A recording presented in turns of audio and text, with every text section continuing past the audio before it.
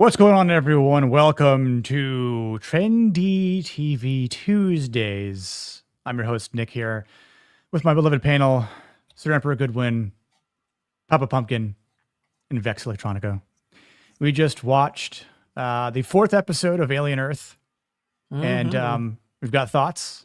And this will be the last time we cover it on stream here on Tuesdays. We're going to be shifting to a better show. A show that should have more promise, more characters, more plot, higher T levels, and makes it so that after we watch the episode, we don't want to, off ourselves in Minecraft.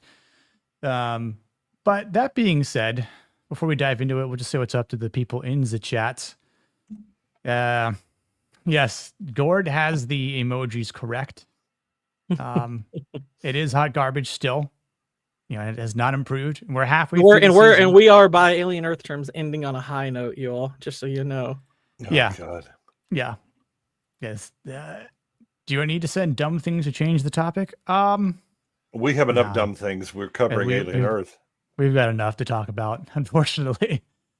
But yeah, this is strangely the best. After being going so far to the bottom and then slightly kind of having a nice little bump up, but it's only for one thing, one character, the actual MVP of the show, Tentacles. Yes, our man. Yes. Our Lord and Savior Tentacles. He's Yeah. It's literally it's the least messy, convoluted episode, but still plenty so.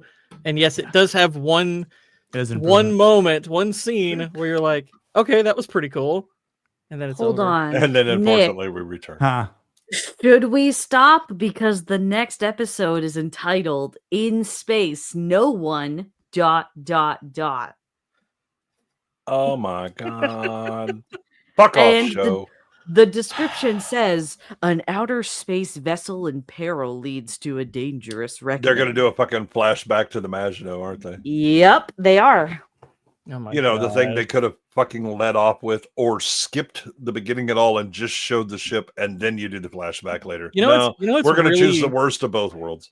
You know what's great for really slow-moving plots? Grinding them to a halt so you can focus on some other plot that happened. I'm telling you, they had a script treatment, not a full script. They did a story treatment that was really only like a movie. And they said, no, we need to stretch this shit out to 8 hours. Don't say Does that mean stretch we have for this. Does that mean we have to cover episode 5 next week? Yeah, probably. We'll oh God, do we do something that Oh boy, I guess we can do What we could do. Throw a poll up. What we could do is, you could do a poll, or we could all make sure we watch Terminalist episodes and then just in case gather again to watch we'll hot swap whatever one or the episode other. 5 is. Okay. And we'll see what happens. Yeah. Because the new Terminalist comes out tomorrow. Is that right? Yeah. Yep. Okay. First 3 episodes tomorrow. Okay. Yeah. And So that are we gonna when we do the Terminalist stuff, are we doing all 3 in one fell swoop, or we should just do one at a time, I think would be good. because they might actually have things happen in them, unlike Right. Exactly. Also, Okay, yeah. if we are just doing one at a time, then we could wait for Terminalist Dark Wolf finish and just airing. finish Yeah. Alien Earth. Because we're gonna be behind either way if we're just doing one episode at a time. Yep. I would That's also true. say if you like this show and call it good, you might end up on a Terminalist, and rightfully so. Deserved, yeah. Just And saying. I don't know how people don't understand that there's implications of grooming all over the show. And even if you throw those out, it's still a garbage show. Take it out, and it's still terrible, right? Like, it's still bad writing. It's still terrible character development. Still bad dialogue, right? God. Awful storytelling. Again, Horrible pacing. I will say this episode, whoever did the actual cinematography, the blocking and all of that, I did not get lost. Right. Yeah. It wasn't like, oh, here because and why are they suddenly walking the opposite direction? Or somebody just falls down on the fucking floor and nobody notices it. It's fine. In fact, they jazz hands the hell out of that away at the beginning. Yeah, no, yesterday was fun. I had a great stream last night. It was awesome. And I was tired as shit. Didn't sleep well at all last night. And I definitely picked up some sort of bug. I don't know if it's because I watched this episode or what, but could have been when I went out to the airport. If you've seen Goodwin and I are talking about it, but if you've ever seen Dave Chappelle and you know about mud butt, then the mud butt. Man, tough times. But I'm not a coward. I still show up for my streams if I feel like shit.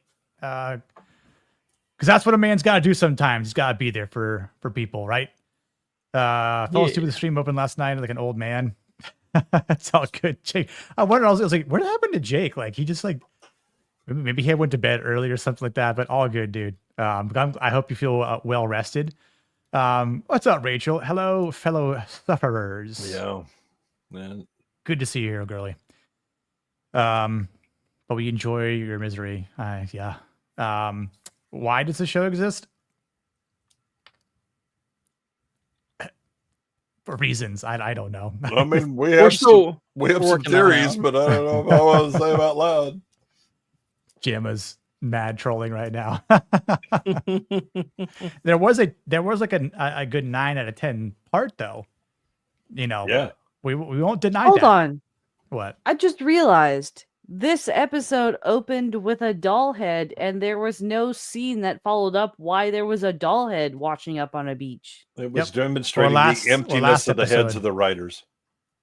Oh. That's the I was real looking forward to plague. some skull fucking. Dang.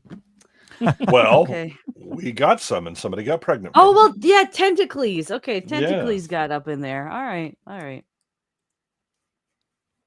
Oh, what's this? You said In space, no one can finish this series.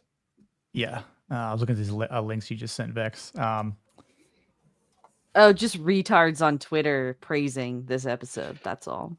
I consider these entries in a terminal list. Yeah. Oh my god, dude.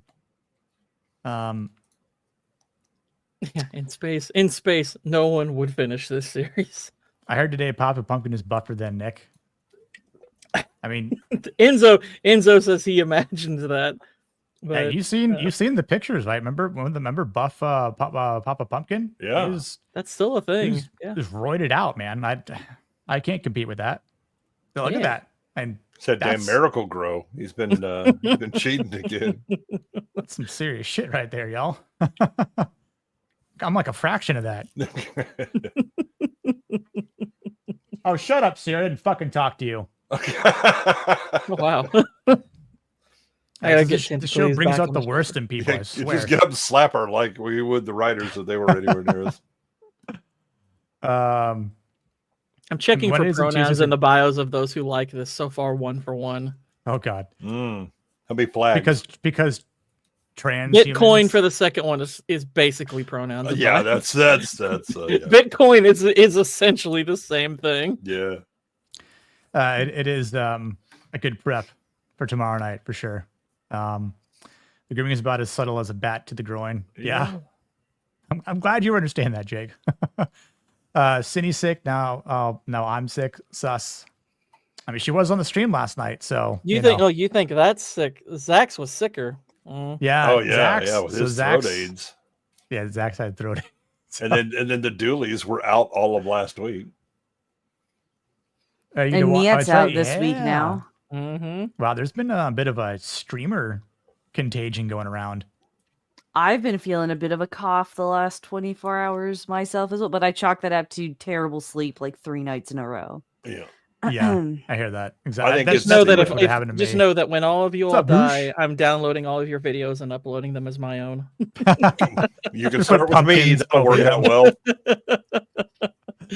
I have so many personalities. I'm known by many names. I can't wait to get the flu again. It's going around apparently. I mean, oh God. Told y'all no orgies. I mean, couldn't resist. Mind virus. Yeah. I think it's the cannibal virus from War of the Worlds. Where's I'm just gonna keep sending these to you. You know, you can bring them up. Maybe these can make for interesting conversations at some point. Some people. Yeah, let's try to blow through this episode. Oh, go away. Hey, be careful. This is an article. Oh, hold on. What? We just had a Vexgasm here. Hold on. Oh, it is. Oh, that would be beautiful to go through. Oh, it's from Variety? Oh my God. Of course it's from Variety. Hell yeah. Oh. Hold on. Let me do this real quick. Let's just start with that magnificence. Yeah, we're before we get into the episode, guys, we're gonna do a little news segment here. This actually might be a more fun way to talk about the show. Is yes. Let's just dunk on the short bus riders who love this shit. Yes.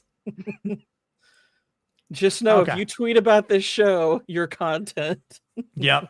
Yeah, this might be the closest thing I get to grifting, but here we are. So, okay, Alien Earth Star. A bit on that? Oh yeah, hold on, yeah. Zoom in. If y'all don't mind, so I'd like to point good? something out to the chat, which we kind of all figured about as we were watching these two. So I can't. Was it Evex who didn't realize that the Madam whatever faces was married to this guy? Yeah, I didn't realize that. Yeah. Okay, so the show has told us that the reason that he and his wife, the lady from the Babadook, could not have children is because of his low sperm count, which we've talked about and riffed on and joked about. Maybe not. But when Vex realized that these two were together, it kind of, I guess, made me realize, wow, there's a very significant age gap between these two, and it would make a lot more sense if you just simply said, well, they couldn't have kids because in reality, the actress is 17 years older than this guy, and there's no freaking way she could have kids with him to begin with. Yeah, that womb has dried up, y'all. Yeah, I brought that up when we were first covering that, where I was like, "Oh yes, it definitely doesn't have anything to do with how old this bitch is, right?" But Bex didn't pick up on it. She's like, "Wait a minute, fangirl. That's his wife," and I was like, "Yes, that's why I brought that up." Yeah, but the show had to make it. No, it's got a low sperm count. No, it's got to be his low sperm count. Definitely not the Sahara Desert that was her ovaries. Well, today was all streaming and scripting papers. Yeah. Okay, so let's dive into this. Alien Earth star David Rysdahl on the Lost Boys viewing Arthur as a parental figure, distrusting Prodigy Corporation, and more. Is that how they see him? Can you be a parental figure if you have low T? You can just be a bad one. Yeah, or you can mom, adopt. So, but I mean, like, what about his character and their reaction to him? Like, okay, maybe there's a little bit from him, like he's concerned about their well-being. Although he has a line in this which seems to suggest something completely different from what the show has been selling us. But he doesn't really come off as a parental figure, even from his own perspective, more just somebody who's like concerned with the scientific ethics of this, which I'm like, okay, that's like the lowest possible hanging fruit of this whole premise. Yeah. Okay, so let's see. With episode 3 ending as Wendy begins investigating on Neverland Ranch Research Island, the grotesque sound grows stronger inside of her head, causing her to collapse due to the high frequencies, which is where episode 3 leaves off. And we're like, oh, so no one noticed. Cool beans. Great. Since Wendy possesses a unique ability to conduct direct contact with the alien specimens, Prodigy Corporation CEO Boy Cavalier runs a test to bring her audio processors back online with the assistance of Arthur Sylvia. Inside of a laboratory, as a loyal follower of Cavalier and the lead technician for the company, Arthur begins to take notice the inhumane treatment of the hybrids as the episode progresses, posing the question, are the hybrid bodies being used for scientific purposes? Remember, we're here to conduct science. That's it. Are we? Are we though? Because y'all are grooming the hell out of these. Yeah, I mean these kids. That's not even a question. That, of course, that's what they've been doing. Yeah. What else would you call this? Well, that's the thing. So the way they phrase this is kind of misleading. His question really is this scientific, or is this just recklessly playing with toys? Right? Because he's like, we don't have data for this stuff, and if we don't have data, you can't do shit. Yeah. Let's see here. Rajal spoke with Variety about his character's growing fondness for the Lost Boys. Interesting. Especially after he explains his sperm to them. Yeah. Yeah, let me explain. I don't want to hear about his growing fondness for Lost Boys. Is that what he calls it? I call it my fondness. There's a lot of fondness for these children in this. Yeah, there's I'm sure he has desires regarding another word that starts with the letters fond. Mm-hmm. It's revealing the argument between him and his wife and how his college chemistry professor inspired his 70s attire. Gotcha. What? Okay. So it's the year 2120 and we're talking about the 1970s. Yes, because again, this is written by motherfuckers that only know their era. Yeah. That's why every reference is always about shit that is, if you were born in like the 70s, these would be the historical references you would make. It's going to be the ending part of this question. Is this the moment when Arthur begins to question his loyalty to Prodigy Corporation? I thought about Arthur as if he was in the Manhattan Project. What? And the weird thing is, like, nothing especially, like, noteworthy happens to make him suddenly start questioning. I'm like, it's because they don't want to let her rest after Steve, like the alien communication thing. I'm like, is that really that's what got you to start saying maybe this is unethical? I'm like, that's not the most noteworthy thing. What about, I don't know, sending them into a spaceship crash that didn't raise any red flags to you? I can fix Aaron Taylor Johnson, by the way. Just saying. You better get older. Listen. All he knows is that old, worn-out pussy. Okay, that's all he knows. That's his kink. That's what he's after. You better start getting some. Get out in the sun. He doesn't know anything else. It did not. Steve. Sun damage. There's it's one like, great part. I like them dry, but also like they just got out of the pool. I was in the pool. Let's see. Yeah, Manhattan Project. I love science and love being a part of it. I definitely circled that this is the episode where it all changes because Prodigy Corporation had created this code of ethics with very clear guidance. Arthur trusted his wife in the process behind making hybrids, and then all of a sudden, he's starting to feel like he's part of the problem. That means you don't really have an ethical code, though, if you're unable to see or foresee the possible problems of taking fucking children, killing them, and putting them in fake bodies. Well, more importantly, he should have been having this dilemma from the beginning. Yeah, but they undercut it. Scroll back up just a bit. Okay, yeah. So they created this code of ethics, and he trusts his wife and the process behind making the hybrids. But this is a code of ethics. No, you were trusting your wife. Apparently, your wife is the code of ethics that you follow. It's a load of shit. And she doesn't seem to have any sort of moral or ethical code because the way that she's approaching everything is, oh, I really want to be a mom, but my vagina is too dried out. And also, but I'm a scientist. Also, for a lady who is kind of prominently featured in like credits and whatnot, she's not a character at this point. We're 4 episodes in, and we know nothing about her really, other than she's apparently it's her husband's fault they're not having kids despite their age gap.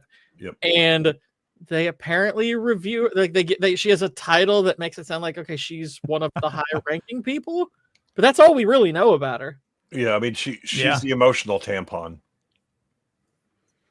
Tampon's a stretch when she's not menstruating anymore. Well, it's not for her; it's for everybody else. When their emotions start to go awry, they just plug her into that, and it's like, all right, you just calm down now. Right? She's like the guy who's permanently in friend zone kind of thing, where the kids come and cry, and she's, oh, this is bad. Mommy, take care of you, and then they're like, all right, I'm better. Bye, bitch. What's this next question? Confronts, when you can communicate with Arthur disagrees with that statement.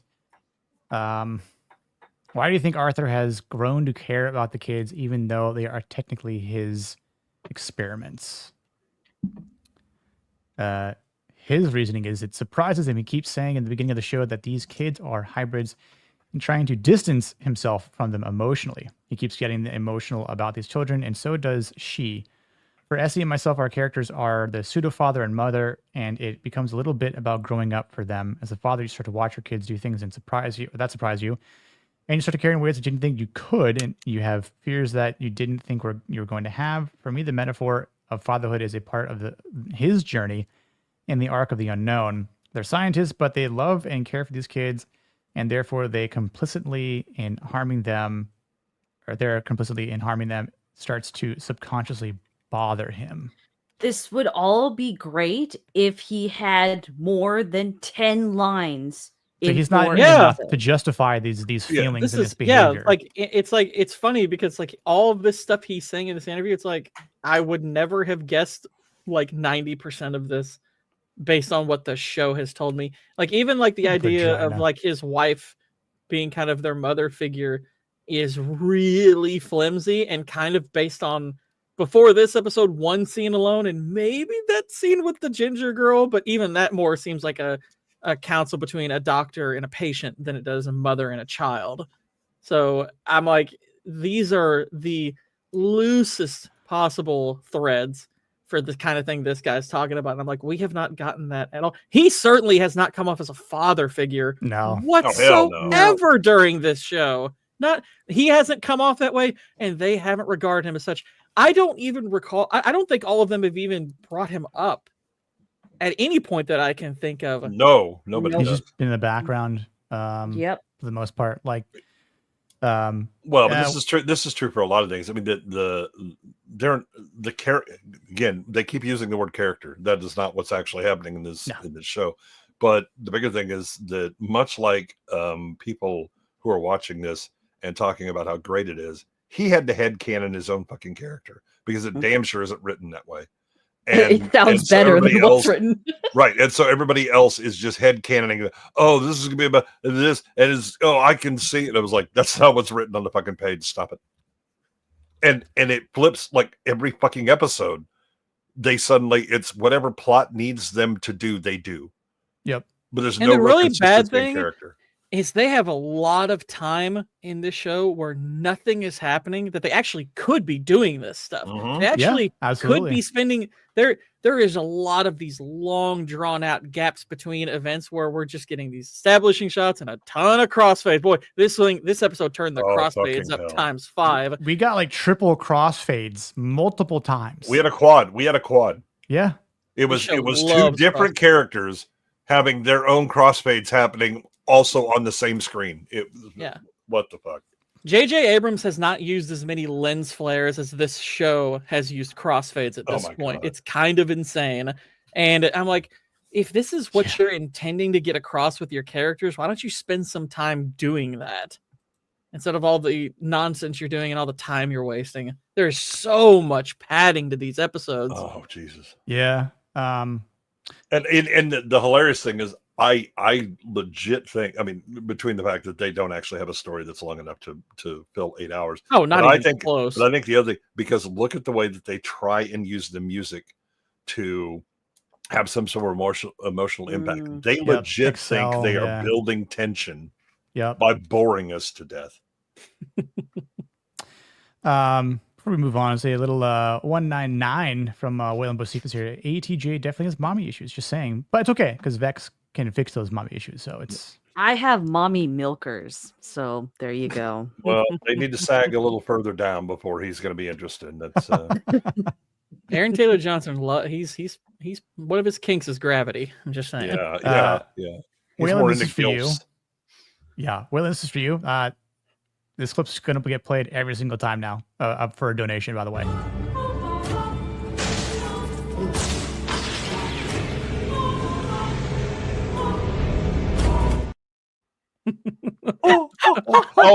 Oh, thank God we had the return of the choir for this fucking episode. Yes, that's the other best thing. That's the other best thing. Yeah. Yes, that's why this is the best episode. It actually gave us 2 things we liked. Yep, it gave us Tentacles. We got Savior Tentacles and the choir. Like, yep. That's what raised it from a 0 to like a 3 out of 10. Yeah. How dare you, Waylon? The music is great. This is the best. This is actually the best music in it. Trust me. Yeah, because let's slap Jane's Addiction at the end, because that makes a whole lot of sense. Yeah. Like, or we could go back to the previous episode with the 6-minute guitar solo. I'm still betting that we're going to get Slayer at some point. Like maybe when like the new Xenomorph comes out and starts killing people, it's going to start playing Raining Blood. Watch. Yeah, I think when shit starts to hit the fan, there you go. In the final 2 episodes, quote unquote. They should be playing Tiny Tim through most of this. That would be more on theme. Tiptoe through the tubes. Where's the that one too live crew me so horny, especially for episode 3. Jesus Christ.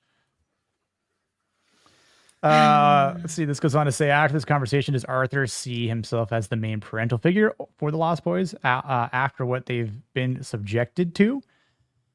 What have they been subjected to? There's no cognitive dissonance. What the fuck are you talking about, dude?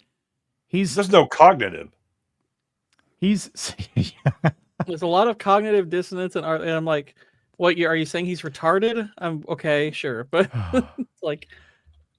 He's similar to where I am right now with AI and transhumanism, and his idea in the future where we can download someone's mind and put it in a robot shows that we don't know how we're going to feel when that happens. We have it's like if you're gonna say there's a lot of cognitive, it's not like that means you've got at least 2 conflicting mental positions. Yep. I don't know what one of those are at this point. Yeah. What he has is cognitive absence. Yes. Yeah. But this is the other thing. So again, and again, this is headcanon projection bullshit. His idea of the future where we can download someone's mind and put it in a robot shows that we don't know, how we're going to feel when that happens, except that he doesn't even believe that happens. I know. Because he says in the best case, it's an AI walking around mimicking these people. In the worst case, we killed children. Six well, I hate to break it to you, but you killed those children regardless, at least the bodies. Yeah. Right. But no, that's not the best case. If this is actually true, the best case is that you actually were able to transfer these minds, human minds, into these synthetic bodies, and they are the same person. But he uses the term AI. And the reason he did is because these writers are retards who don't actually understand science fiction or the concepts that they're dealing with, but they think they do. And so they use words and they bring up very difficult sci-fi concepts and just fucking steamroll over them because they don't have the thinnest inkling as to how to treat this stuff. Yeah. Let's see. So we can have ethics and ideals, but then the reality of what happens overwhelms him. Consciously, Arthur would say no, but subconsciously, he would say yes to being their parental figure. So his lips says no, but his eyes say yes. Yeah, that tracks with this show. Yeah, this is an interesting question about Joe. Oh, Joe. My name's Joe. Her name's Marcy, guys. Her name's Marcy. I'm a leave. I want to get. I quit. I quit. No, it's not. Guys. I quit. That was far too manly. Stop that. Yeah. Well, then I quit. I quit. As Wendy is being experimented on, Joe and Arthur are beginning to be on the same page about their changing feelings towards Prodigy Corporation and as workers. But I don't think Joe ever liked being on Prodigy Corporation. Like he was basically imprisoned there because he had nothing else to do. His sister imprisoned him there. Yeah, that's what I'm saying. Who is Joe again is a really good question. Joe DiMaggio. Joe DiMaggio, Wendy's brother. Oh, right. Thank you. Okay, thank you. Sorry. I had I wasn't Zax. Oh, don't worry. I had to stop and go. Oh, that's right. Yeah. Amelia. Between the looks they gave each other in the lab, and Wendy's hearing tests the way that Joe is being treated after surgery. The gears just turn their heads. Yeah, I mean, that was an okay moment. Like that just doesn't make a lot of sense in the long run. Like Joe's probably Xeno fodder at some point anyway. So do we care about his character? No.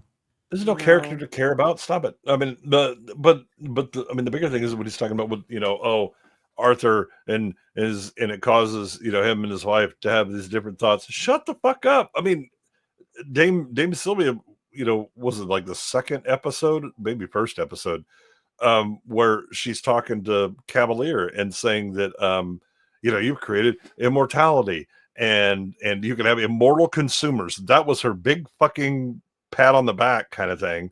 Yeah. And he's like, oh no, I wanted to just have an interesting conversation. So would I. Dear God, it's not going to happen. Yeah, really. Show. It's like, is the show going to provide one of those at some point? Right, but somehow she goes from no, I understand, and I'm just trying to help. Because the idea of bringing immortality to humans is the interesting thing for her. That's why they're worried, because they're like, you're fucking with like a successful experiment that we need to now test and do these things, except we don't seem to be consistent with our testing in any way, shape, or form. But that's what they're concerned about is the pissing away of this opportunity. They don't give a fuck about these kids. Yeah. I mean, in fact, the dame cares so much, she calls fucking security in because the Ginger Menace came up on her. And got hand pregnant. Yeah. Oh my God. Or cheek eye pregnant. We're not sure. It could have been the facial, it could have been the handy. We don't know. So Chad, if you don't know, if you didn't watch, I commend you for one thing, but also the claim on the show now from little ginger girl, she's pregnant. That's what she believes. And the suggestion is that Tentacles impregnated her.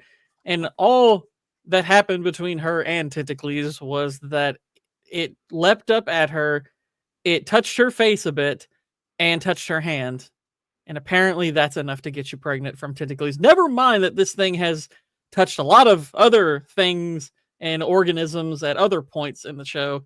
Because here's the thing, I do think in all likelihood this is probably going to turn out to be a thing. I don't know why you would bring this up otherwise, why she would have this insane belief otherwise. It's like, okay, I guess she probably is pregnant at this point. But how does that work? How the heck does that work? Look, Tentacles is very potent. His sperm levels are much higher than. He's like Chuck Norris when he does finger guns. It just you're missing the bigger implication here. I think it's the way that Anna's face is kind of perceiving that she is suddenly pregnant. Is reflective of how today's youth are so scared of sex and so socially distant from just like basic human interaction that they've gotten to a point where they just masturbate so much that they could very much get pregnant from a hand or you impregnate. Keep playing with that, you're gonna get hand pregnant.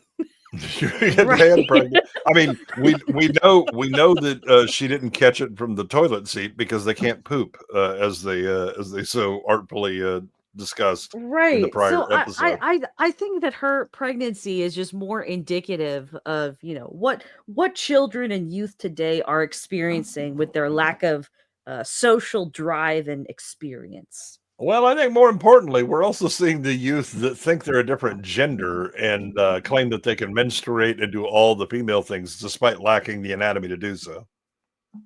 Also reflective of today's youth culture. Exactly, yeah. Mm-hmm. Like, put it this way, y'all, this show is so stupid that I'm relatively certain that legally speaking, I'm drunk at the moment, and I'm still too angry to be inebriated mentally. Yeah. I still know this show's retarded and can demonstrate why. Yeah, in certain respects. I have had no sleep, literally none. I mean, after the show last night, I got none. I just kept plowing through the day. Here we go. Now, I almost fell asleep watching this because it's so fucking boring, but every once in a while, they would say something, and I would be like, I'm sorry, you said what? Hell no. And now I'm wide awake. I may be up for another 2 days. I don't know. This is shit. Let's go through some of these other posts that Vexed has graced us. Can we just review the episode like this instead of going scene by scene, please? Yeah. We'll just mention the actual talking points. Yeah, no, for sure. There's like nothing to go through scene by scene. I know. Hey, Tentacles, baby, come on now. Yeah, we'll talk about the good parts, but we'll give it. Yeah, we'll try to. Yeah, we'll save that for like the end. For like maybe like okay, this is the good part. And then play the extended choir scene. That's important. Yeah. This person says at first, Alien Earth seemed like a lazy addition to already great films, and to some degree, I may still think this, but I've honestly been enjoying the show. Episode 4 was wild. And was legit the first time I felt real tension and even a bit of terror. I mean, I felt a bit of terror when I realized we were going to have to keep watching this fucking thing. That was. I very much like Shags, and I respect his opinion, but bro, this ain't it. I respect. Kudos that you're finding enjoyment. Yeah, I mean, like, you're enjoying it. That's fine, but that's it. Yeah. It's still lazy as fuck, Shags. Sorry. We got Sky. Go back. I loved that fucking comment under it. One engagement, say something nice about something people are actively reading. I noticed that. That made me laugh. I was like, are these related? Yeah, I was like, hold up. Probably because this was 21 minutes after. So maybe people. Yeah, I get the feeling he may be getting dunked on right now. I don't know. Probably, but hey, you know what? Sometimes it's called for. Yeah, yep. Bondford Sky says, holy fuck, tonight's Alien Earth episode was fucking peak television. I am losing it over that ending especially, and we're only halfway through the season. What the fuck is going to happen next? The same shit that's happened before. Not a goddamn thing. Mm-hmm.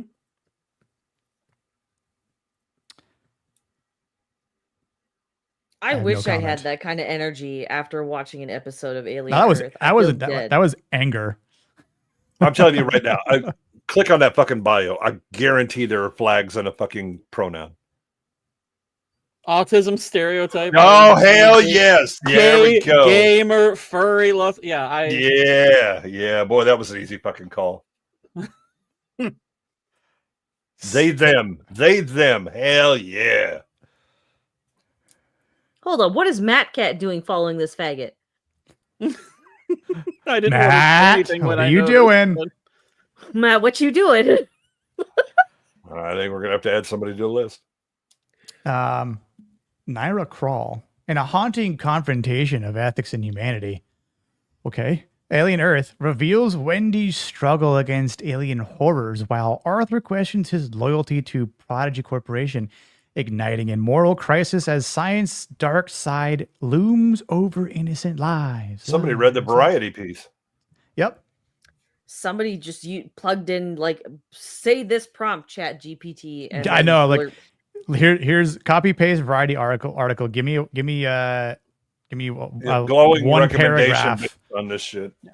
One sentence. I did send you a meme in the Masculine Mondays chat, like, about the saving grace of this show. It's literally exactly. Wendy doesn't I'll look have. In a second. Yeah, Wendy doesn't have any struggles against alien. She actually, like, takes on a xenomorph in the last episode. She seems to be an alien whisperer. Arthur questioning his loyalty to Prodigy. Again, it's just like, oh, we need plot to happen and we need some other tension that doesn't revolve around just the creatures. And there's no moral crisis behind, quote, science's dark side. These lives are already lost. They have no innocence anymore either, since, they just went into a ship, stole everything that was on it, and completely ignored the probably hundreds of lives that were lost during that crash to do so. Well, not only that, but they've been groomed repeatedly. Yeah, so not only that, but like too. Struggle, dude. She's petting the damn Xeno baby at the fucking end. There's no struggle there. She's talking to it. She's gonna be the fucking mother. She's going to be the queen later on. Yes, what's the struggle? Queen. My queen. Yes, I guarantee that we're gonna start seeing that shit all over X. Yes, queen, with fucking Wendy slapped on it, dude. Watch. You just need to put Wendy's face on a Jon Snow image with McQueen. McQueen. Yeah. McQueen. XXX Tardy. Gardner Davis. Is that what that is? Gardner. I don't know. Gaforvis. Or Deforvis? Is the triple X mean you're hardcore or he's into porn? Yeah, he's into porn. That's all. So that's probably why he likes this show, because of the grooming. And the implications of, like, maybe I don't tentacle want to project too hard on him, but what I want to say is these are some straight up goddamn lies, right? That I think a lot of people roll their eyes and rightfully so, but it's done a great job at inventing characters that making it engaging beyond brand recognition. What's engaging about these people? I think all those X's in that fucking name are to doubt. I'd really like to actually have like one of these people that like this show on, because I just want please explain to me what you're seeing. I really want to know where you're getting this from. Are you genuinely seeing this, or are you retarded? I think it's all headcanon. And that's my generous interpretation. Female Silver Usurper says, I don't know. I like the character Wendy because she's cute, so I can lean deep into the male gaze, but I can't watch the show. I have a quarrel with Mr. H reviews. He loves monsters, especially Xenomuffins. I mean, look, if you think the actress is hot or like she does it for you, that's fine, right? Like, no, and Wendy is the closest thing to a character in the show. It's just, but even she, like, I would say this, probably one of the biggest issues with the show is that it doesn't give her enough screen time, because she's the closest thing to, like, she's got some angles that they could explore that would be kind of interesting, but they're not doing that much with her. Right. That's the I mean, if you've got too many of these children running around, they're just going to be plot devices that show up occasionally, as we see with Slightly in this episode. But if you actually wanted to, again, if you knew what the fuck you were doing when you wrote this and understood the concepts you were dealing with, then you would actually like focus on Wendy and show like the questions about, okay, is she really human mind, or is this just a copy, or is she just mimicking well, or what's going on, and her own questions about who she is in the body, and all of that. That's how you would build up a character to make it interesting, and that like her sole kind of anchor point to her identity is her brother, which is why she's so obsessed with him. Because, oh, by the way, otherwise it's just I'm my brother. I like my brother, and then I hacks the computers to the screen somehow to make sure that he's a prisoner to this corporation, so he can't leave me, because that's not creepy in any way. But they don't do any of that. Instead, it's just here's another wacky kid with a different quirky personality, but all are 5 somehow. Why did they cast Wendy as a cute actress? I mean, she's Kyle Chandler's daughter, so I don't know if this is quite. Is she? She is, yeah. So I don't know if this is like a bit of nepotism here.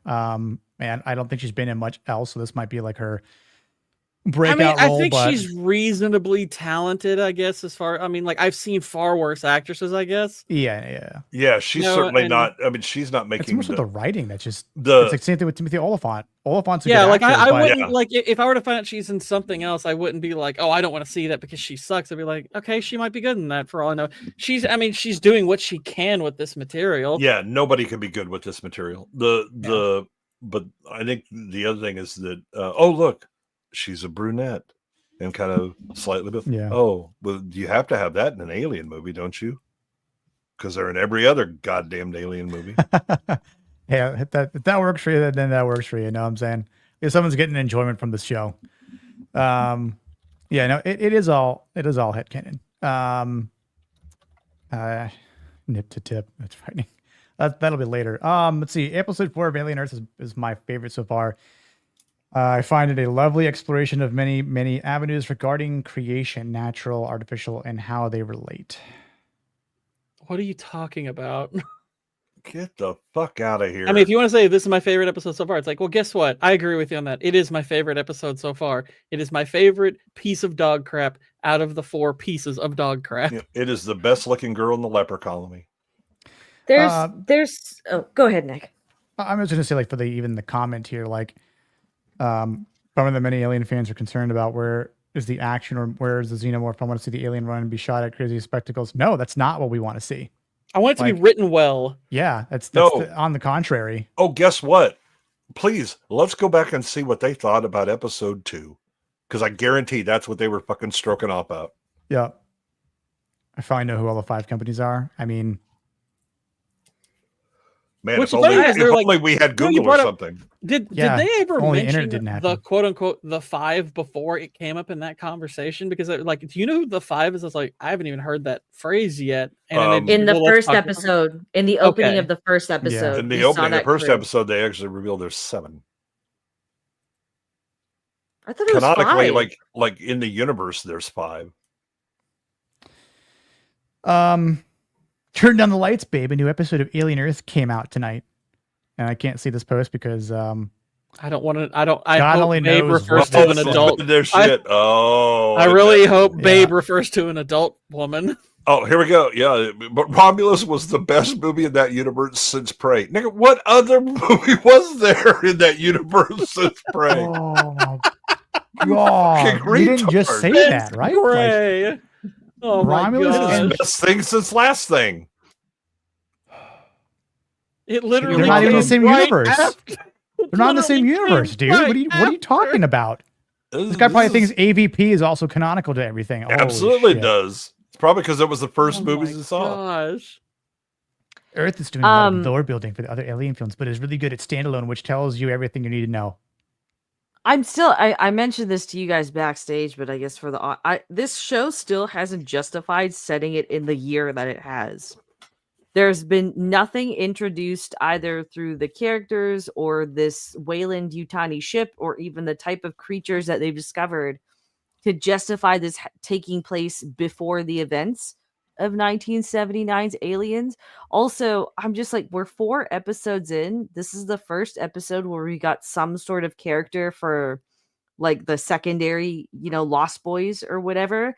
And even then, it's not so much that they're giving characters. It's that, we're developing you into plot devices to keep things at least quote unquote interesting. I'm using the word interesting very, very loosely. And the way that they're choosing to do this is for some reason, everything that they perceive as human or what it means to be human all ties back to sex. The writers just can't think of anything else that makes us as humans unique, that makes our plight interesting, that makes us complex aside from sex. And they decide to explore all of that with children in adult bodies that they don't at all understand. In fact, we have a sex ed course in this episode. I couldn't help but respond to that person, that tweet you put. I was like, "Did you really?" I was like, it literally has to be the best thing since Prey. It came directly after. No, Steve, nothing actually. There's one thing. You absolute eggplant. That's about it, though. Yeah, it's just baby making lessons. There wasn't even plot development here. Like in the last episode, we had the little that face hugger have a forced abortion, which wasn't really a plot device. That was more to shock you. And then it isn't till the last 2 minutes of this episode with fucking Jane's Addiction playing in the background that we see what the culmination of that forced abortion was. Even Timothy Oliphant, he's basically the big name that's attached to this show. And he's had zero character development whatsoever. He's just standing there in the background. Yep. You can criticize Prometheus and Covenant as much as you want, but at least Michael Fassbender brought a fucking character to it. There was a performance there and some interest with it. I'm practically longing for Prometheus at this point. You son of a bitch! I'm not far behind Gord. Prometheus I would rather watch. Yes, this is why I hate the show so much. It's making me long for Prometheus. I hate Prometheus. I mean, I burn with the fire of 1,000 suns my hatred for that fucking movie. At least there were characters to undermine with the retarded writing of Damon Lindelof. There are no characters here. I don't care. You can have fucking Cirque du Soleil shows up in the next episode, and I'm like, oh yeah, okay, yeah. I guess I should have anticipated that. The one thing, so this episode, understand, this is a 4th fucking episode of an 8-episode run. Yep. In the 4th episode, we suddenly figure out, you know what we should do? Maybe try and set up a fucking plot that we're going to pursue. And then we find out that the 5th episode is a fucking flashback. So this is some J.J. Abrams mystery box horse shit.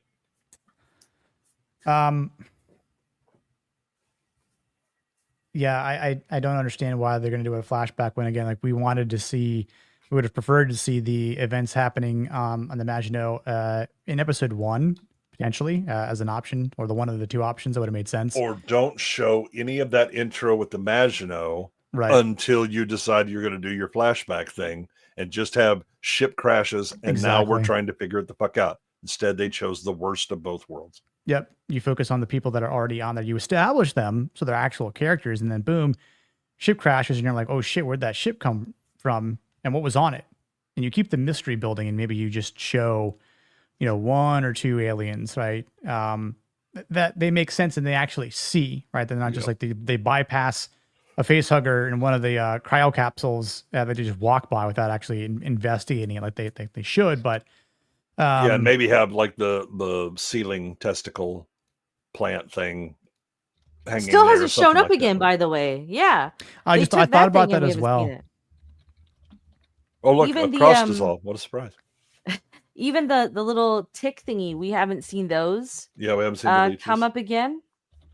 Yeah, I feel like for a show that's called Alien Earth, having more aliens in it, at least giving each of them their fair share. And again, like this episode does go to Tentacles, which he is like the mastermind for sure. But I don't know if they'll ever clash with each other. Like the alien life forms will clash. I mean, again, like how would you possibly have that happen with 3 episodes remaining? I mean, like what would have happened if?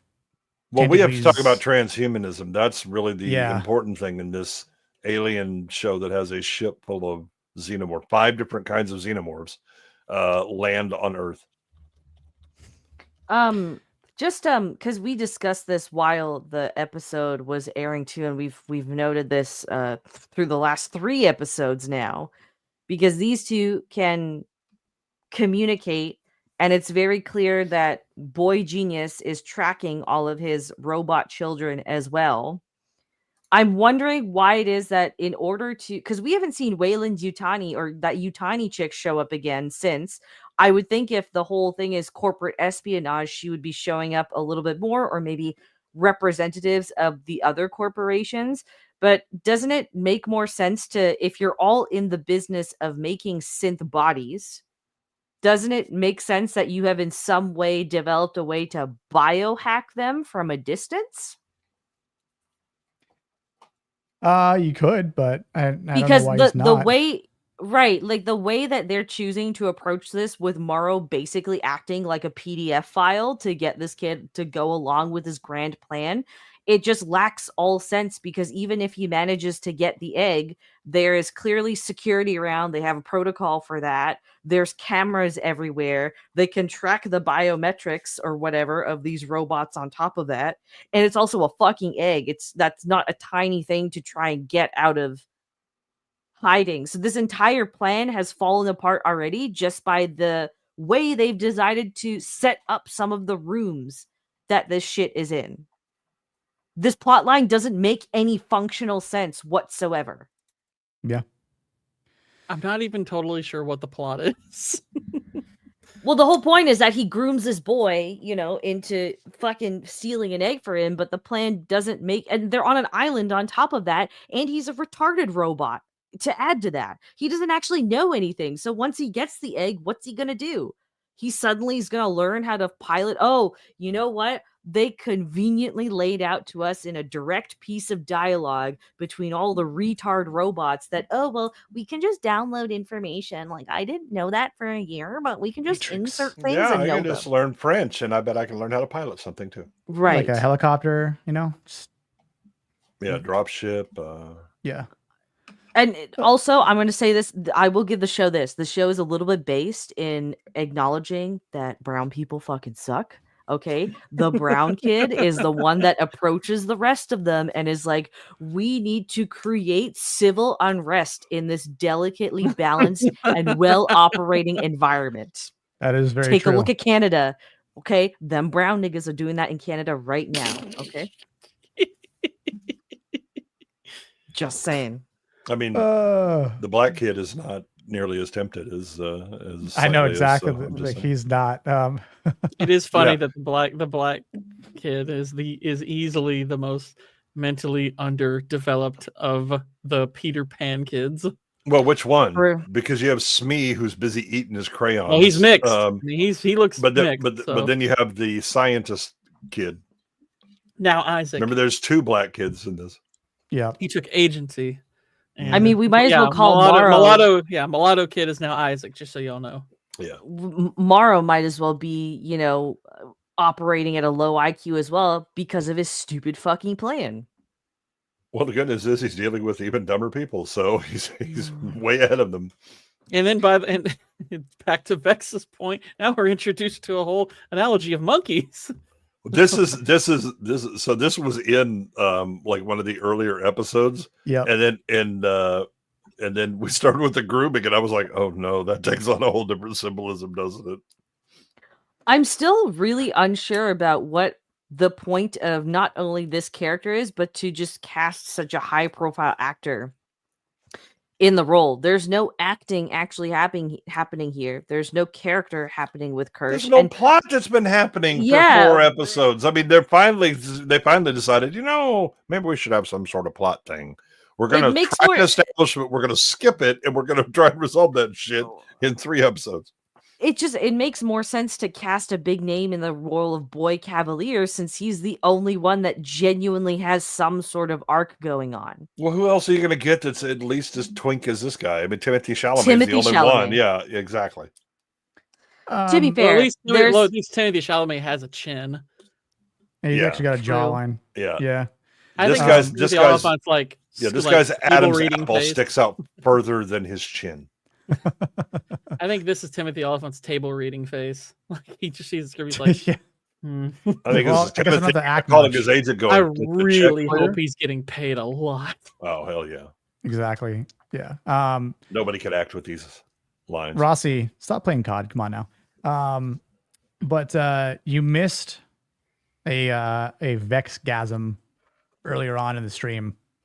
I don't know where it was, but it was right before we started looking at the Variety X article. Sorry, the Variety. Yeah, it was when she found it. When she found the Variety. When she found it, yeah. So you want to scroll back. By the way, the budget for this show, allegedly, according to $250 million plus Reddit article, is over $250 million. That was more than the Acolyte, right? Yes, it is. Holy crap! Would we say that these shows are equally as bad? I didn't watch The Acolyte. I didn't either. I didn't either. This is worse. Is it really worse? The Acolyte actually has a plot. This is why I said Ironheart was better. You can make fun of Ironheart, but at least it had a plot. Yeah. Yeah, no, for sure. This show just has things happening. Yeah. This is just a loose collection of scenes flying in formation. I think it was at least I could argue there was maybe a little bit of synergy between the scenes in the first 2 or 3 episodes.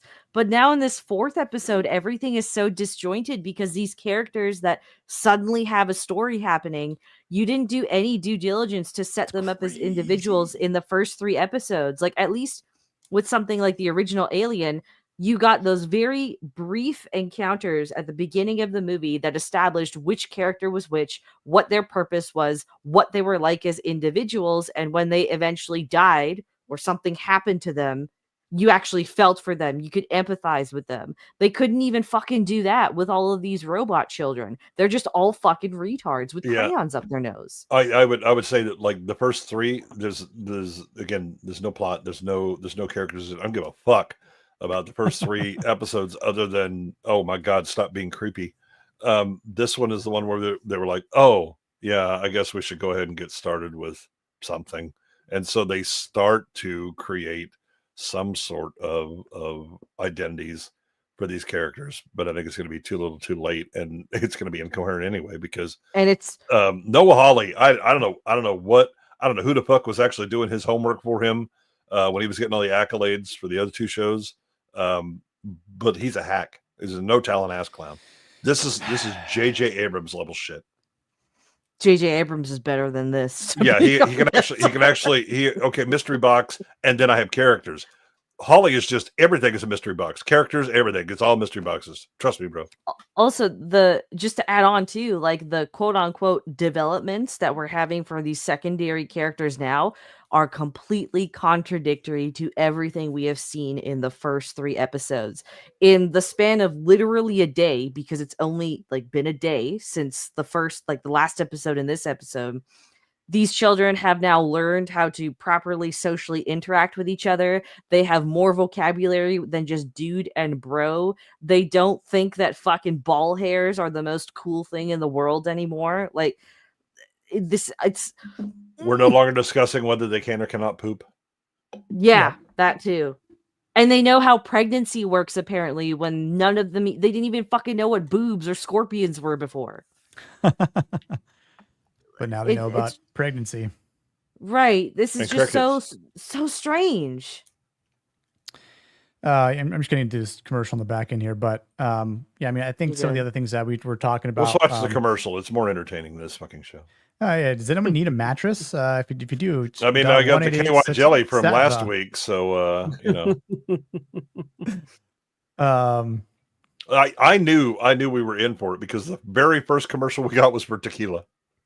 Yes. This was a sign being like, y'all should be drinking. That's right. If you ain't drinking now, I'll tell you this, Melvin, ain't nobody on this show ever been mistaken for a man. Not on Alien Earth. Hell no.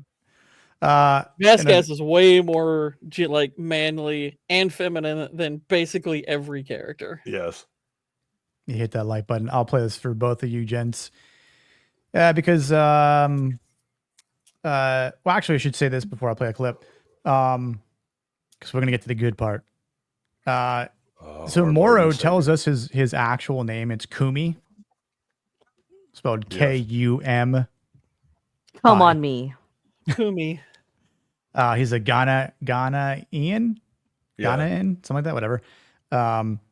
And so he's asking what Slightly's real name is, you know. And remember from episode 3, he's in a bondage club trying to get information. Be like, you want to be my friend? Come on, man, let's be my friend. So that's where you go for to the stranger.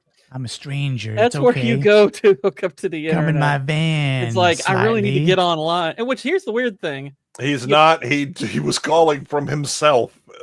Yeah, that's the weird thing is we now know from this episode he doesn't need to be near a computer at all. But he does need to be near bondage gear. Yes. What's up, Bill Preston? Leather and metal gets the best reception. So yeah, he is. He's able to extract Slightly his real name before he became a transhuman, which is Jax, make sure I'm pronouncing this correctly. Arush Singh? Or is it? It's like Arush? Why the fuck would I know that? I don't know. Well, because you're proximity. Because you're brown. You're the closest thing we have. Corrected us about beta. Do you really need to ask that question? Come on now. How dare you think I'm Indian? How dare you? Hey, you knew what the word beta meant, and I was like, this kid's a beta, and you're like, it means deer. It means deer. I was like, oh shit, she outed herself. Oh hell. Mix is one of them. No. Oh my goodness gracious. Tell us the name of the little Hello, Homer Simpson.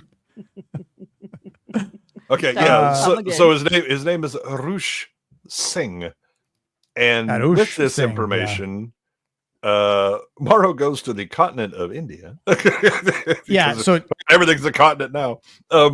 He goes to India and finds the Singh family. You know, because there's only one in that whole entire fucking country. Right. For surely there can't be more than one person with the last name, one family with the last name Singh in the continent. Like even if he tried to do a search based on his first name, it's like we're talking decades from now. Do you know how many freaking people are going to be in India? That's like asking to find someone named Smith in the United States. Yeah, so, good luck. Oh, here, let me narrow it down for you, John Smith. Yeah. But it's a way that he again manipulates him. So again, there's the further grooming in this relationship that allows Morrow to find his mother, threaten Arush with his mother and brothers, right? And then the whole aspect of him having a brother and his mom speaks to him through Morrow's weird communication device. And again, that's where, as Vex mentioned earlier, I know the fact that allows his character to go into like where the rest of them were all hanging out and having like a seemingly good time. They were just chilling out, shooting shit, right? And here comes Slightly. Nothing is showing on the screen for me, by the way. Is that for everyone else? Yeah. No, I paused the commercial. Gotcha. Because we're getting to best boy part. We're getting our boy. Yeah. We're getting to best boy part. I just felt like let's talk about something stupid, and we'll get to the best part. Yeah. But again, it's just I don't know how else to describe it, just other than being just ridiculous. For having like, we should all have her. I have a mother. I have brothers, and it's like, whoa, dude. Like, yeah, we should all. Yeah, he just goes off on a tantrum all of a sudden. We should all be here, like and it's Joe, the one that's the human that's like actually empathizing with him. Like, you're right. You should have your mother and brothers here. And he's talking to Smee, and Smee's like, well, yeah, I want my family here. And he's like, no, you should have your family here too. And then Slightly's like, no. We need to demand it. Yeah, you can't ask for permission. Demand it. Put your foot down. Start an insurrection here on Neverland. Revolution, the solution for all of my children. And then essentially, for those who haven't watched it, the whole thing that Moro is implanted in Slightly's mind is that you have a new task. So you couldn't get in the lab the first time because Isaac stopped you from getting in because you went on like a clamoring idiot or a babbling idiot. I need to go into the lab now to get something. Yeah. By the way, if you don't mind, one of the things that really aggravates me about the show is like, okay, like, so his reaction to seeing her brother, it's like, okay, I can see the thread they're trying to attach from his reaction back to, Muro threatening his mother and siblings. And I'm like, okay, but there's more work to do to get from that scene to his reaction. It's like you're basically going for 2 + blank = 5 without telling us. It's like, okay, you still need that other digit in there. We still need to see more to actually get us to this part. You're doing the most basic amount of work to get from one scene to the other with these characters. So there's no actual development, and it ends up feeling really disjointed, or there's no connecting thread whatsoever with a lot of how these characters behave. Yeah, but I was like, it's like, even with that scene, I was like, okay, I think I know the connection they're going for here, but I'm having to do the work. That's not nearly enough. Right. I'm having to fill in the blanks and do the work. And by the way, you get $250 million.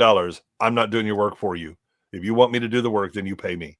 But almost all of this is essentially plot needs it to happen, so they do the thing. Good to see you, Molly. Good to see you, LMAO. Hope you ladies are doing well. And just a quick shout out to the 107 people tuning in. Thank you so much. Hope you guys are enjoying this stream more than the episode itself, because that's it's about where we're at. So, but we do have Best Boy. But we do have Best Boy, guys. This is the highlight of the entire episode right here. Best Boy Tentacles, the savior of the show. He's definitely the smartest. Yeah. Mm-hmm. Bloop. Look at how graceful he is when he falls off ledges. He's a sexy bitch. It's kind of you can understand why he just impregnates people by touching them. We said earlier while we were watching this, y'all, we said if there was a whole movie around Tentacles, that there's a movie we'd like to see. Yeah. Tentacles, the movie. Please. Give us a movie about Tentacles. That would be amazing. He can just be the main character. I mean, I don't even think he'd be the villain. It's just making the whole movie about him. I want to see his perspective, everything. Yeah. Make it claymation as well. Yeah. I would even be. That'd be actually I'll be honest. I'd be interested to see his reaction to Ice Age. Yeah. That's actually kind of perfect marketing. Just have Tentacles reacting to all of the references. Tentacles reacting. Tentacles reacts. He's just sitting and watching this shit. He's like, what the hell is it? Crossface. Listen, I needed to see this. He's like, listen, y'all, I needed the money. Like, listen, this whole scene was awesome. I mean, cool scene. It's a legit cool scene. I actually thought, because they cut away briefly, and I thought, oh, they're not even going to show what he's doing.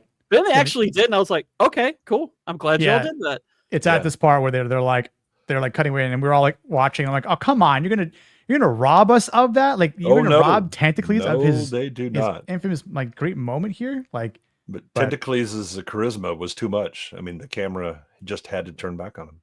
Tentacles, I would give Tentacles an Emmy. Yeah, I mean, every one of these actors right now are taking notes on how you should actually, I heard that it was because of what was happening here in advance with Tentacles' performance here. That's why Daniel Day-Lewis actually came out of retirement.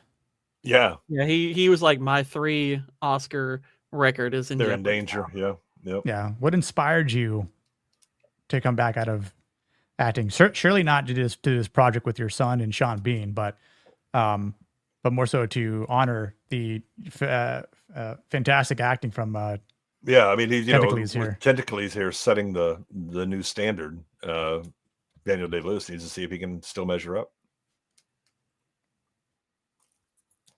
Look at it. Look at him observing the great acting, the great performance. Yeah, like, he's taking notes. Timothy's like, man, if only we were starting Justified now, just be that little extra bit I could add. Yeah, I thought I was good in Deadwood, but damn, Tentacles is killing it right now. Even Timothy's impressed, just like, wow, look at this thing go. Look at that. Oh yeah, let me go back for a second. I would buy a Tentacles Funko Pop. I really would. I would buy a Tentacles. It would be like the antithesis of Funko Pops, though, because he has all the eyes. That's true. Like, I mean, this is legit, like, pretty creepy, which is awesome, though. I mean, like, the way the eye dangles, and like he's just got this weird, wild eye. It's like this. Like, actually, this is how Gary Busey was made. Yeah, I hope Katie's eye doesn't get jealous of Tentacles. I mean, that would probably change her entirely, though. This is a prime Halloween costume idea for Katie right now. Just get a little Tentacles prop, slap it onto your face. Yeah, easy. And then Andy could be the lamb or the sheep. Yeah. Wait, the fans of this show. Wait, so Vex, she's going in him? Yes. This is 2025. Women can do that. Well, yeah, and also fits the Alien Earth, general vibe about transitioning. Right, exactly. But no, this was honestly awesome to see, and I think there was a moment for all of us going like, oh, like, yeah, like let's get more of this, because when it comes down, and I mean, obviously, Boy Cavaliers, like, we're gonna make a fortune with this. And plop, bloop, just. Great stuff, great effects. I have to say, I got to give him that, and then Tentacles starts warming up his voice. He's going to be delivering some lines soon. Yeah, I am definitely down to hear what Tentacles has to say. What if? Okay, guys, what if? Because Tentacles has been, in the cages on that ship and everything, and he's seen what they were doing. What if Tentacles is really a creation of David's? Oh my God. I think David created everything. It all ties back to David, man. That's why he had the flute. David would be my favorite character if he created something as majestic as Tentacles. I think Tentacles may have created David. Maybe, yeah. That could be. Because there's a moment where you can hear it. If I could time it right, I don't know. I'm gonna create like Valentine's Day cards where Tentacles is always the I and I love you. Yes. I mean, you can hear it talking, and I'm sure it's probably gonna talk to Wendy at some point, maybe, and then it's talking to the Ginger Ninja. Mm-hmm. Oh, that's actually true. So one of there's gonna be a clash between. Yeah, it's like, come back to me, baby mama. Yeah, sort of a clash between like Nibs and Wendy. Yeah. And then whatever animal that Tentacles has possessed against this like new pet Xenomorph. But yeah, I mean, this was a cool part. It just sucks that the rest of the episode happened. It's so damn boring. I mean, Timothy just says like it's highly intelligent. Yeah, we haven't even gotten to the pregnancy bit. Yeah, we'll go there next, because I mean, and obviously the scene goes on just for a little bit more. This is the part that we were talking about earlier with the article. Yeah. I'll play maybe just a couple. Get the best case and worst case. That definitely doesn't butt fumble the whole fucking idea. I'm trying to remember.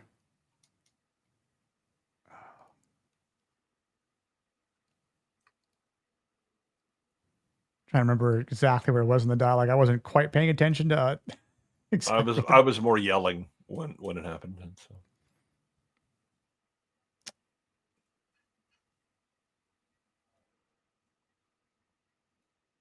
Maybe it's right after this. I want to say she tries to give this example about quantum mechanics, and then he's like,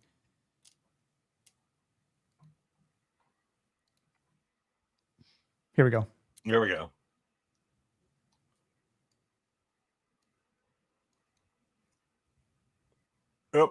Our best case is we have a bunch of AIs running around in these bodies. This whole marriage again, this is just kind of like more a demonstration of how poor a director or who was Ugla was the chick's name who directed this. Yeah. Because the way that I understand if your script is not giving you anything, but there have been many instances where actors are able and directors are able to pursue through terrible writing, and there is zero chemistry between these two actors. It very much feels akin to the grooming that we're seeing with all the younger characters. Yeah, I don't want to blame the director on this one though, because again, this is the one episode where you're not getting lost constantly, where you're not breaking 180 rules for no reason whatsoever, where you don't have people just walking into rooms and collapsing and nobody fucking notices.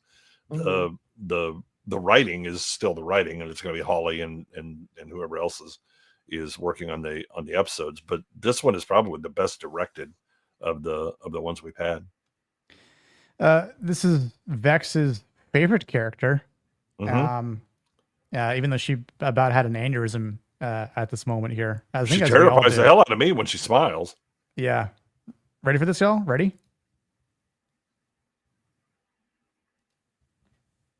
Who would fuck that for real, though? Immaculate or not, who would want to stick their dick in something that looks like it would eat your soul? Look, Tentacles was merely bestowing his gifts. We are all equal in Tentacles' many eyes. Tentacles doesn't discriminate. Yeah. I guess, but it's you've established in the first 3 episodes that these basically are people with the intelligence of a 4-year-old and don't understand how anything works in the world. And then all of a sudden they understand how procreation works, first of all. But second of all, you've introduced this new dynamic that doesn't make sense. Okay, some of the characters are upset that their children were taken away, but they thought their child was dead. So what are the circumstances in which these children were harvested? Like, this is kind of like, they've been intentionally vague with it, right? Because they did the jazz hands around Joe and Wendy's dad and what he did or did not know. Come here, Munchkin. Come here. Yeah. Oh, Vexa's calling the redhead now. Oh my god. Yeah, that's the whole thing too, right? Like, you're okay. So as the parental figure, right? Would you want to say something that's damning to a child that might make them angry or upset, right? So yes and no, depending on the circumstance. This is obviously one of them where, like, hey, listen, you're not a machine. You're a machine. You're not human. And then obviously comes back later on. Right, but this is already why is the character suddenly been hit in the head? Because Dame Sylvia, whatever the hell her name is, I don't care. Fuck her. Madame Sylvie. Yeah, Madame Sylvie. The emotional tampon woman. She has already had like these conversations where when somebody says, it's not, and she's like, no, they're human or whatever, and then she suddenly forgets they're human because we need to have action, right? We need to have conflict, and so she suddenly is just drained of all of her, former lines and the way that she's treated them for a year. This is hack writing. No, 100%. I think it would have been funny if, whatever this guy's name is, I forget. Arthur, or is that his acting name? Whatever. No, that's Arthur. Yeah, Arthur. Arthur. Yeah, low sperm. Low T. Arthur said, "Oh, so you had you menstruated?" Just to see if she actually knew what that was beforehand. Like, huh? Oh, so. Again, another instance where you can tell these writers don't have children or have ever interacted with children, because usually the best way to, when you and as an adult hear something that a child says that seems ludicrous and it's absolutely ludicrous or not possible, if they don't believe you, then you test the limits by showing them the evidence themselves. So if you work at this fucking biolab, which clearly has, if it has the ability to force abortions on alien creatures, I imagine it has some sort of, ultrasound technology. Yep. Just say, okay, let's go see how far along you are then, and show her the evidence. Like, hey, you know what? Let's go see it. I have a machine that can show you in an image of what it looks like. You can actually see it. Yeah, I mean, the first thing you do is you go, "Why do you believe that?" Right? Go ahead and explain it to me, right? Because I'm gonna, I'm sure that you're correct, but I don't have the knowledge that you do because you have the feeling or whatever. Can you explain how this happened? But they just go to, oh, did you have this? Did you have that? They are providing the explanation instead of leaving it open-ended for the child to do that. But if you're going to be a shit writer, you just do this kind of shit. But yeah, at the end of the day, you can just go, okay, so well, let's go take a look at it. I mean, this is very exciting. Let's see it. Good news is we have the imaging system right now. Because we do diagnostics on yo monkey asses all the time because you're synths. Not only that, but she says here, being pregnant thing is hard work. You just said you were for maybe all about 10 minutes or so, perhaps.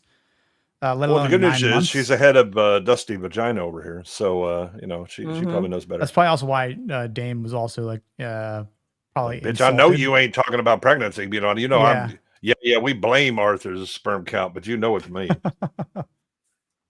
Yeah, I mean, it's honestly just ludicrous writing.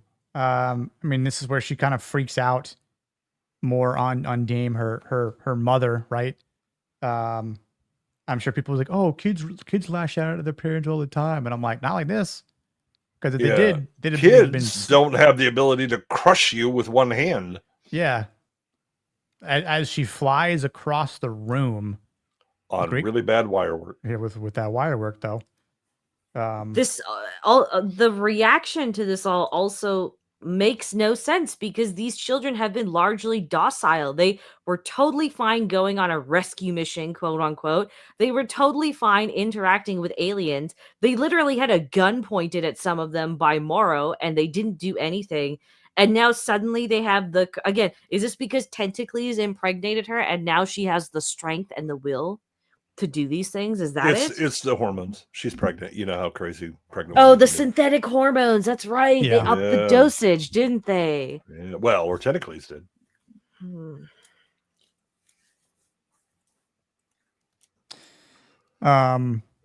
She says that she thinks it's a girl, names it Clarissa, and then later says, but if it's a boy, she's gonna name it Trevor. And she's like, "Oh, that's a strong name for a boy." It's not. No, it really is. Don't name your boys Trevor. Don't do that. I also enjoy that suddenly this show remembers that these, children in adult bodies require therapy. Just completely forgot the protocol for that for 3 episodes. That's right. Totally usurper. Well, right. Or they can't, and she's crazy. Psycho, yeah. Right. Because mystery box. Exactly. But they set up in this because she gets like violent or whatever, that they have a protocol for when the children robots go wild, like security comes in to escort her out. But in the year that these children have been in their synth bodies, there was no established protocol to help coach them through how different their bodies would be, both on just being an adult and also being mechanical. We don't know what actually is going to happen. The only thing that's actually birthed itself is the Xenomorph at the end of this episode from a lung. They give birth. We don't know why they would be. Yeah, well, they shouldn't be able to give birth at all. Yeah. Because the opening title card explicitly tells us the difference between the synths and the hybrids and what was a lot. Cyborgs. Yeah. Apparently it's trying to do Blade Runner type stuff, like, oh my gosh, a type of synthetic being. It's trying to do hybrid. Blade Runner 2049, which is the 2049 thing. It's like no, I think it's pregnant.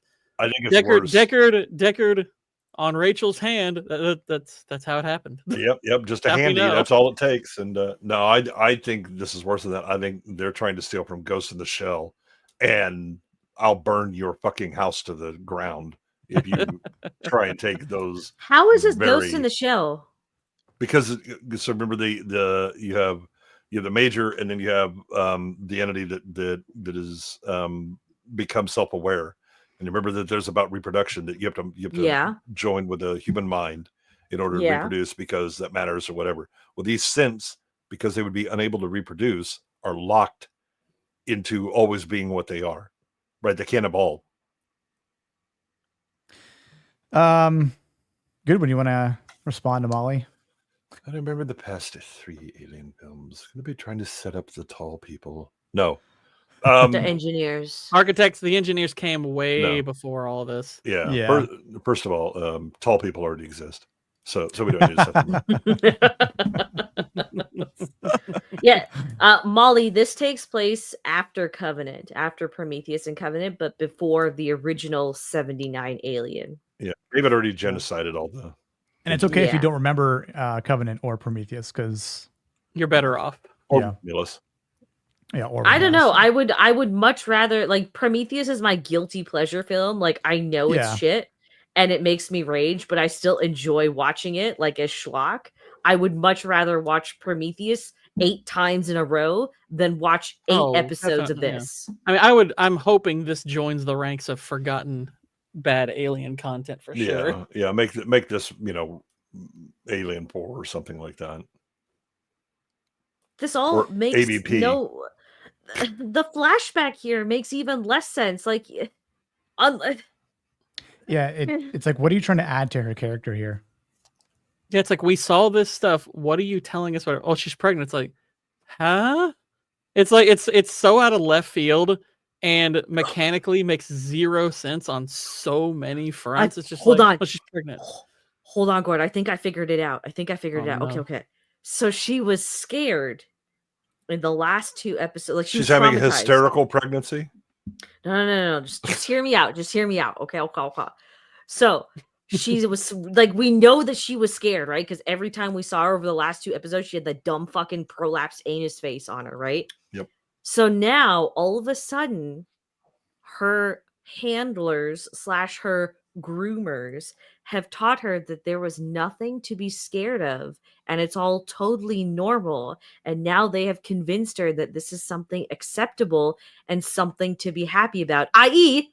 they are making her enjoy her grooming.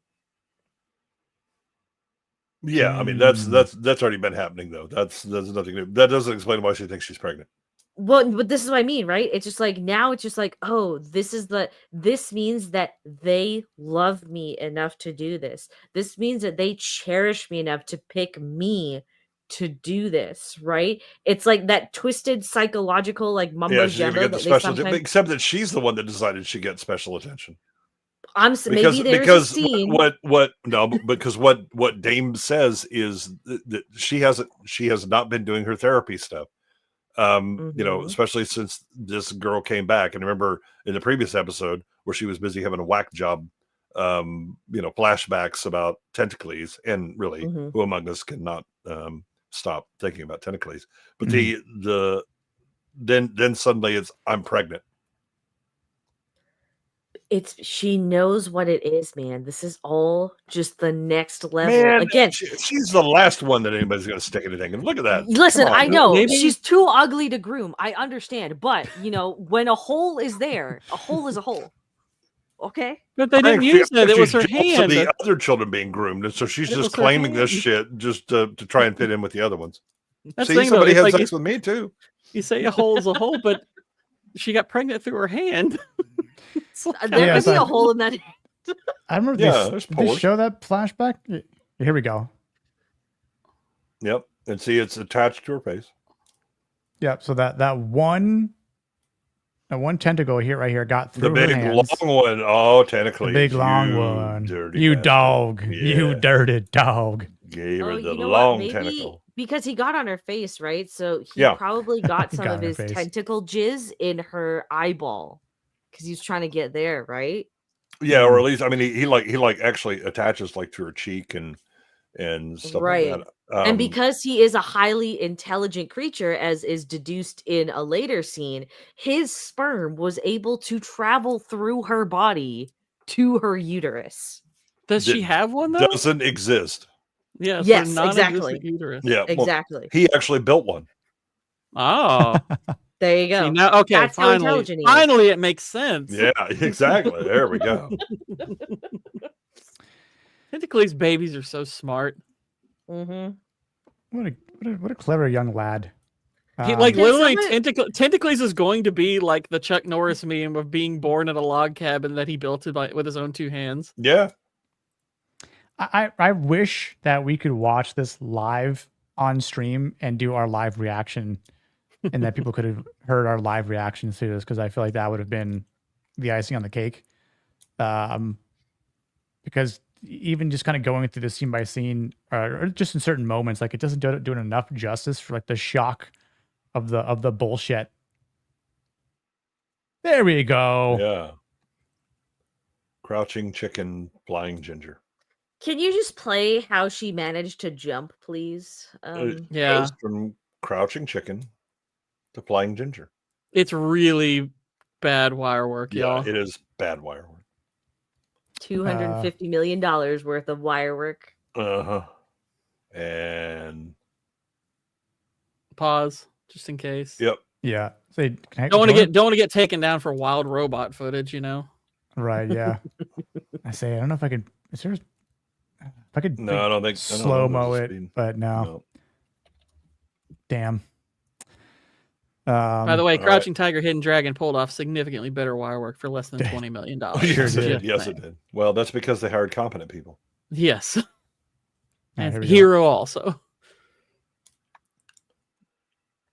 Hell no. Now. Here we go. I'll try to play pause as best as I can, Vex. I think you'll get it through in the shot. No. Go back. You don't need to pause anymore. I think it'll go through in under 7 seconds. It was really quick. Oh, yeah, it's very fast. 20. Okay, hang on. You might have to pause a little bit here, but once you get to her being angry, you can pause and then go. Okay, now stop. Pause for effect. Pause. Right, we'll get there. We'll get there. None of us do, Molly. None of us like. Yeah, none of us do, Molly. I've been saying this since episode 1, and it took till episode 3 for y'all to believe me. Well, there's a lot of people watching the show that we know that don't seem to understand why this is a problem. Yeah. Also, they're not anatomically correct because they can't poop. And they don't bleed, as we were told. Yeah. Yeah. They don't. So she can't have her period then, right? Nope. Well, maybe, I don't know. Tentacles is so strong. Tentacles moves in mysterious ways. That's true. Maybe Tentacles is like, you have a menstruation cycle or menstrual cycle. Boom. There we go. Here's my gift. All right, here we go. Ready? 1, 2, 3. Oh my God. I actually thought she literally ran in the air. Her legs are actually like churning in the air. And it's a pretty decent distance too. Like I think here. So she went from, she flew over the table. About 10-ish, 10, 12 feet. It's probably a good 10, 12 feet for sure. Yeah. Now, to be fair, they can jump from like 500 feet and just land and be fine. So, and they can run fast when they're on a beach, but not when they're looking for their brother in hallways. Can I? Go ahead. Can I be honest? I thought that when we were watching this, I thought that maybe my internet skipped. And that's why the edit was so bad on that. No. All that was real. That was such a generous thought. Yeah, that was nice. You need to stop giving it the benefit of the doubt and hoping for the best. Okay, that good old phrase. Yeah, this is the first time we see another one of the cyborgs actually do something like this outside of Wendy, right? Yep. So like Wendy was the one that could actually withstand some sort of jump. Well, even she is inconsistent in her use of her powers. Yeah, that's also true. Run fast on beach, can't run fast in a hallway. So yeah, Dame hits a button. She's like, "Oh, these guards will take you back. Yeah, I have some Secure the other door. things. I'm finna lock you in." Yep. I think the like 2 other talking points we can do is Are there? we could basically talk about Yeah, we can talk about the long walk. Let's go ahead and do that. Let's talk about a very long piece of Asian cooking equipment. I mean, just to briefly touch. Well, we can just start talking about now. Like the conversation between Joe and Alfred. Yeah. Which we said, I think Alfred should have been I forget, was it either Vex or Gordon? One of you, I think, said that Alfred He should have been the big main bad. character. Yeah. Yeah. He should have been running this corporation of Prodigy. Alfred's what our nickname for him. His actual name is Adam. ATOM. That's right. Chat. Atom. Really? Atom. Do you think he's a creation or an actual human being? There are no I don't human know. beings in this show. Well, because remember how Cavalier says, "Well, I don't want a facehugger to eat me," right? I think when he was in the same room as him in the beginning, but would that also not imply that to Adam as well? Like, or is Adam? Well, No, Yeah, the only time that comes up is when he's having the conversation with Wendy about her saying spare the eggs. Yeah, I remember that, but I thought there was another moment when he There's one when he literally sticks his face into an egg and Kirsch is like, Kirsch does it, step yeah. the fuck off. I wonder if he actually is human. I mean, maybe because he's older, so maybe he's actually gone through an aging process. It won't matter. I mean, they'll all be written like robots anyway. But I mean, I do think that he actually has maybe He has some of the presence, best. and he comes off like someone who can actually act. Yeah. Like if you gave him, some of this dialogue, let him play with it on his own because he seems like he's probably a trained actor. He could probably turn this into material and give you at least a little bit of something to go with. I mean, he wouldn't save the show. No one character is going to be able to do that, but he'd give you a little something. She is the alien whisperer. Steve, you're right. She's got to be a queen. She will be. Vex was looking to say something though, y'all. Oh yeah. You got some of that electric guitar, didn't you? Huh? Jamma didn't realize when we were talking about the electric guitar in episode 3. Ah. Oh. No, I was under the working assumption that this was a investor of some sort based on his very first scene, and I think it was episode 2 or the latter half of episode 1. So, but even then, his relationship is. I agree. Why are they having this conversation? Why are they interacting? You haven't really clearly established what old man's purpose is. Mm-hmm. I mean, it's pretty clearly to advise, but Is it? Because he doesn't seem to be advising jack shit. Little does. Timothy He talks Chalamet about- still running he around with talks no about- shoes. well, again, he doesn't mean he has to follow the advice. But According He's giving to the highly detailed fandom wiki, Adam God. Eanes was an employee of Prodigy Corporation CEO Boy Cavalier. Yep. That's it.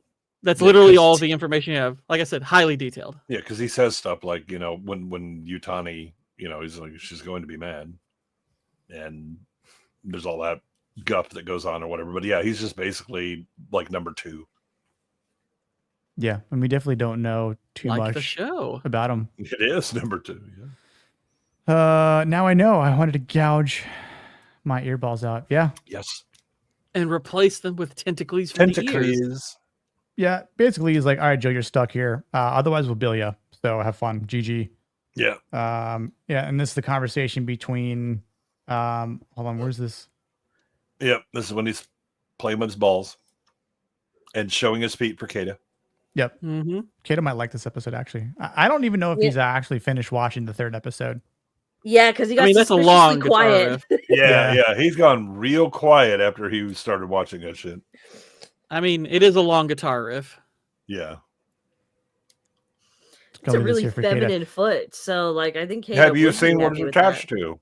Yeah. I already told y'all how I felt about this guy, both in the show and in real life. Mhm. I think he needs to be removed. Yeah. I'm not saying God made a mistake. I'm saying he made an example. Yeah. He created a challenge.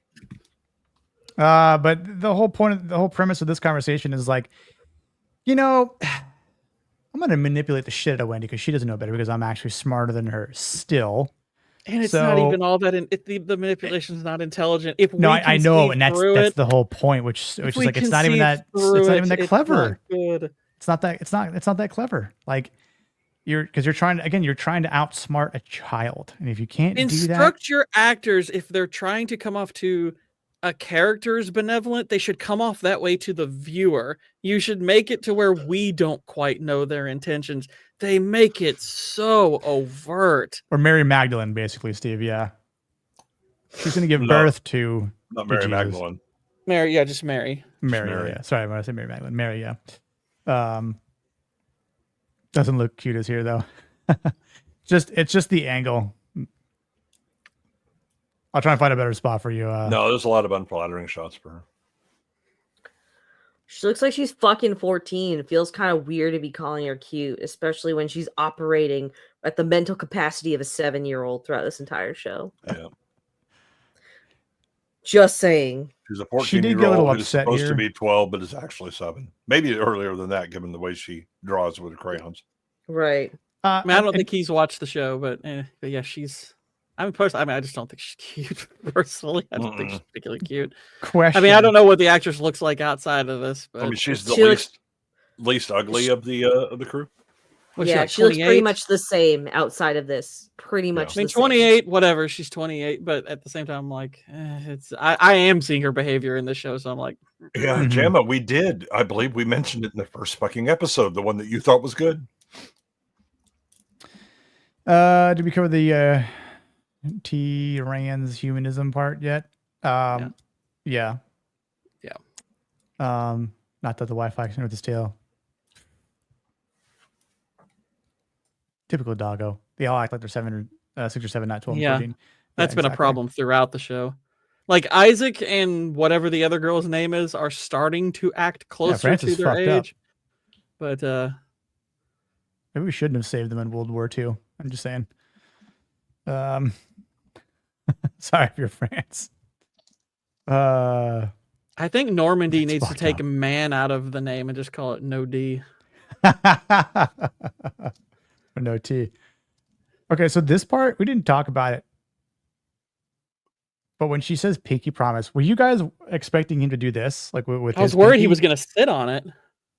Well, again, like normally, like, when I was a kid, I go pinky promise, we just do this, or pinky swear. You hook your pinkies. You hook your pinky. What does he do? Grabs it. Like he sits on it like an anus. Vex, pegging, yes or no? Can I be honest? Implication? I blocked out this entire scene because I think I found my perfect chair, so I don't even remember this. This is the chair scene. Yeah, that's right. I was shopping for a chair during this entire episode. You should have recorded yourself searching for that so we could overlay this part with that and be so much better. Yeah, just that you scrolling through chairs could put the overlay in the background. If you make a video, there needs to be like a little diatribe about hunting for a chair. Yeah. I don't know about this. I thought it was weird how he just like grabs her finger instead. Like, I don't know. Kind of weird. Yeah, how unusual for this show. Yeah, it's a bit hinky. He puts the leer in Cavalier. Let me get past this. I do like that Hulu keeps trying to encourage us to watch Shogun when these are over. It's like, look, okay, Yeah, we understand. It's like, look, we didn't make this. This was Disney. We're sorry. Watch Shogun. Yeah. Oh, that's right. So in that scene, I had it in my notes here, like the way that works and the way it leads up to it, he's like, pirates or Indians? And she's like, huh? What? Pirates or Indians? Like what? Which one was it when you were fighting the Xenomorph? And then she's like, and then Cavalier's like, oh no, it's the crocodile. And you're hearing the clock ticking. you know, the thing that we said was good the first fucking episode is like, oh my God, how on the nose is this shit? We know who Hook is. We know who the crocodile is. It's such a weird question. It's like, But what is the point I of this thought that had no conversation? relevance. The Peter Pan stuff wasn't even that heavy. That's true. So Yeah, it's this okay, is. It was just they're just talking about it. It's not going to have any relevance, really. right. He was also reading Peter Pan again in this episode. So, when Wait, they're it doing has this- less relevance in this episode than the other ones because nothing really happened to justify the whole children stuck in a wonderful world kind of deal or facing anything of significant consequence. You don't remember when Tinkerbell attacked one of the girls and got them hand pregnant in Yeah. Peter Pan? No, I think that might you have must been have in got the the porn abridged version. edition. Yeah. Yeah. Oh, okay. Fair point. Where do I Well- get the non-abridged version then? You don't want it. You don't want it. Trust me. Oh, okay. Yeah, you have to go to alright. special sites and you get put on lists. Mm. But that's again this shit writing where, you know, none of this was it Indians or pirates? And you remember Peter Pan? Yes, I do, and I was hoping you would fucking forget it. But no, you just keep wedging it in there because somehow this is a metaphor. yeah, Isaac's a man now, or this dude becomes a man because he's like 14 and he wants to be a scientist, and he's already learning how to do like biology and zoology to help Kirsch in the lab. So he's going to be a scientist, man. Yep. Wasn't Isaac, correct me if I'm wrong, but wasn't Isaac Newton more of a father of like chemistry? And if he's studying the No, biology of So Newton's ahead. not really much with biology. Newton's about light, gravity, and Physics. calculus. right. So doesn't Mhm. it make sense that if you're studying, because he says later in a conversation, oh, Night I'm Whalen. studying like advanced biology and all this stuff. Why wouldn't you name yourself after someone like Darwin? Yeah, Mendel, you know, something like that. Yeah. Yeah. Because this is written for people who eat their own boogers, and Isaac Newton is a scientist they would have heard of. Gregor Mendel, not so much. You learn about Gregor Mendel through like 4 years of science in school. We used to, but people who Yeah. eat their own boogers do not. I don't know about anymore. That's a good point. Maybe that's why Boy Cavalier doesn't come off as actually intelligent. This is what a future genius is. Whereas today we would put them on the short bus. It's like Yeah, that's what a genius is later on. When Ripley comes back and says, "Did IQs just drop sharply?" When I was like, it's like yes, Yes, because they did. idiocracy is one of the 3 sacred prophecies. We know this to be true. yeah. Rossi, don't be so proud of me, man. I feel like a fucking wreck staying up so late. Yeah, well, Oh, Bill S. Preston, he's got it. This is Alien Idiocracy. Alien Idiocracy. You know what? That's actually a crossover I would love to see. Nope. Oh my I What's up, goodness. Jacob? Seeing it right now. We're teetering, Jacob. We're teetering. Yeah. I go to Boogers Anonymous. Just to kind of highlight this part again, like where Slightly is trying to talk with Man, you know what Kumimaro. this device would be useful for? That crazy bitch that thinks she's fucking pregnant because I'm looking right in somebody's head right now. Yeah, by the way, Mm. chat, yeah, like she says she's pregnant. They never take her in to check. Never once. Mm. They don't take her in to check. It's like, I think that'd be a good idea because this is affecting her mentally. And you might at least want to show her, it's like, either you are or you aren't. Okay. Like, You know, there might be an explanation for this as well, because you know how, famous dudes or like priests in some areas be getting people pregnant and they don't want to reveal who the father is to protect the father. It's Yep. Tentacles, though. So- Yeah, Where we do know you it's have Tentacles. Tentacles? but listen, we've already established that Tentacles literally is the grand master of this show. He is David, like it's gonna happen.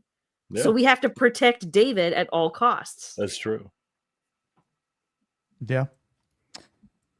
The crossfade. I think we get another like triple crossfade here. Him being Indian, I thought that was a piece of crap for a second, but it's just a rock.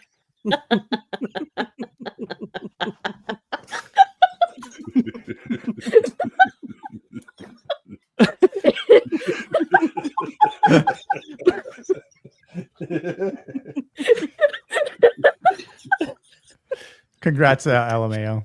LMAO. Waylon's back. Let me take a lick of that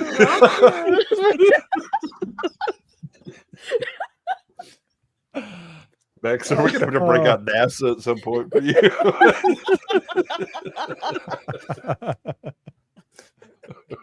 Like I figured Vex would like the joke. It's like, but it just seemed to build. Yeah, it did. Just ramped up. It's even better because he can't shit, and it's kind of a blessing that the Indian robot. They're like, okay, we'll let you out on the beach. You can come out on the beach, Arush. If any of these hybrids could pull off that function, he's gonna be the one, especially out on that beach.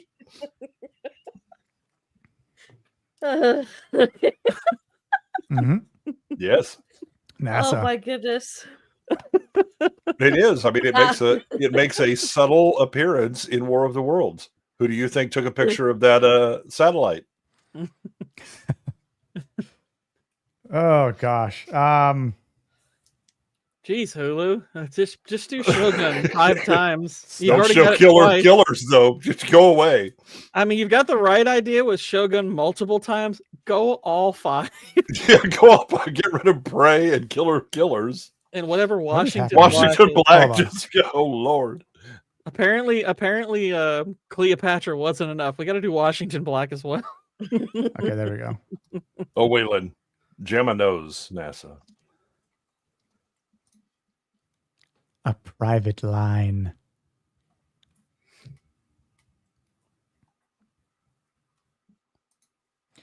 Yeah, we were referring to this earlier about him freaking out after this about, causing an insurrection at Neverland Ranch. And, Wait, Jamma doesn't know what NASA is? He does. Oh, okay. Yeah, Jamma knows.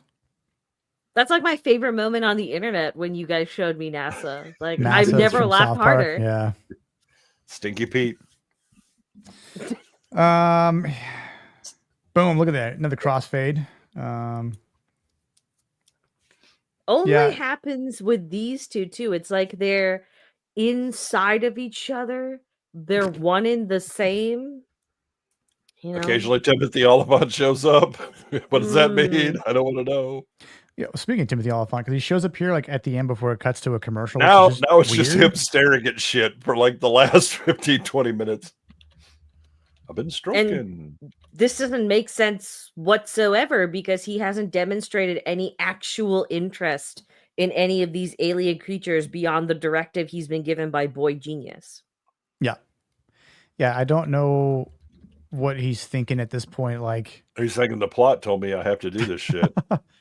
I got paid $50 million, so I better try. Stroke egg, have weird gooey gel. Yeah.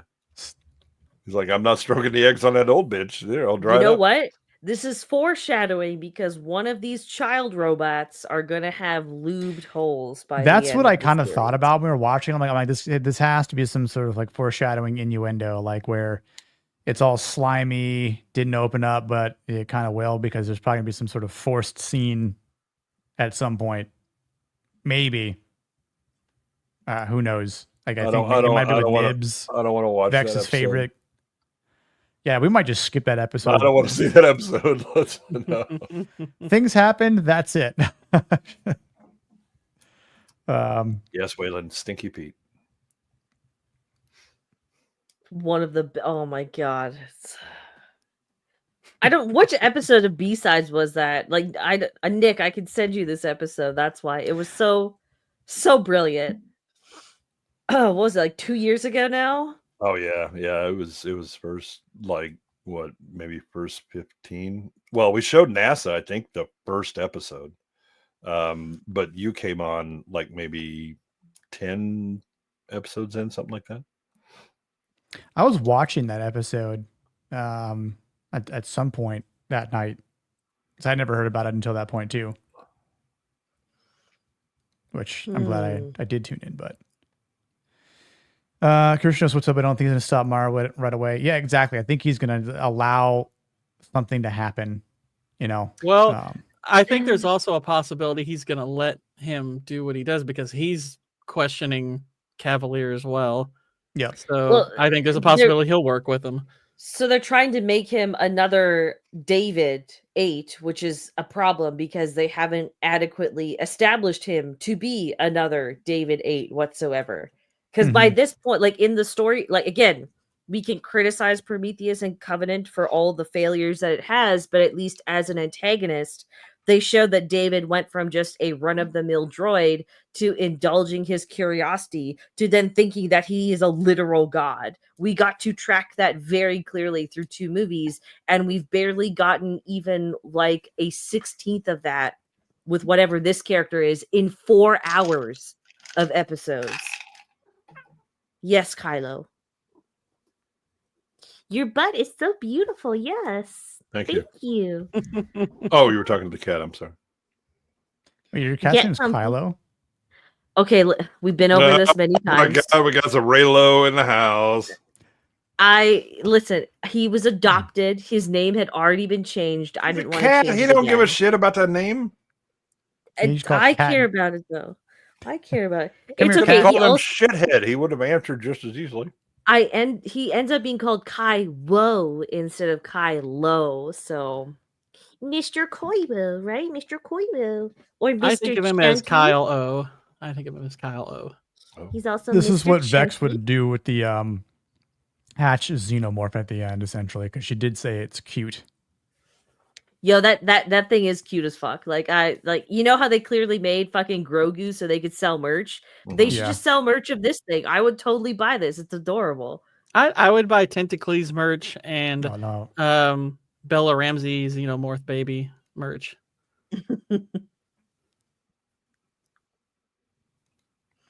I'm gonna be a dad. I want to time it up. Yeah, I mean, again, I think this is probably the other maybe interesting part.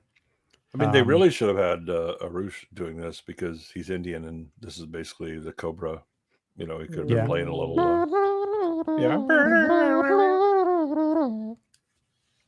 So I can't do a fantastic impression.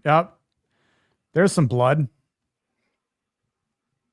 He breaks out and he's like, Surprise, I just came up for some air. Surprise, motherfucker. All rise, motherfucker. That was Jamma getting out of the pool at the Black YMCA swim tryouts. It's a little alarming how little just like safety precaution there is around this when they know it's going to I was saying that. Yeah, I was saying that backstage. I'm like, where is everybody while this is going on? You'd be monitoring the heck out of this thing. Kirsch is right. You put this thing in the lung for the precise reason to see what would happen. You know that it's okay. You know it's an embryo. I mean, like the shape alone gives away what it is. It's like, okay, so you would be monitoring this thing. You'd have alarms attached to the thing, and just like, okay, this looks like this thing's giving birth. All right, everybody get in here. It's like, but they do. This is something you would monitor the heck out of it. Kirsch is here. He's watching it.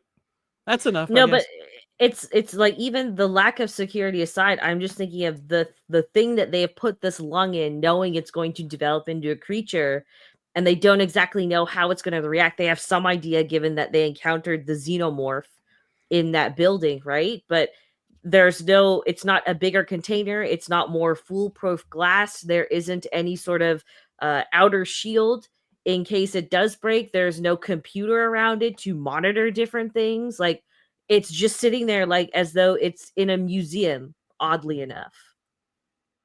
Max, if it was foolproof, how would they be able to use it? Honestly, by the way, like as cute as this thing is, it looks more like the Xenomorph from what was that movie the movie where they parodied it? Spaceballs. Spaceballs. Yeah, this looks more like the Spaceballs chest burster. Yeah, with the dancing hat. Hello, my honey. Hello, my honey.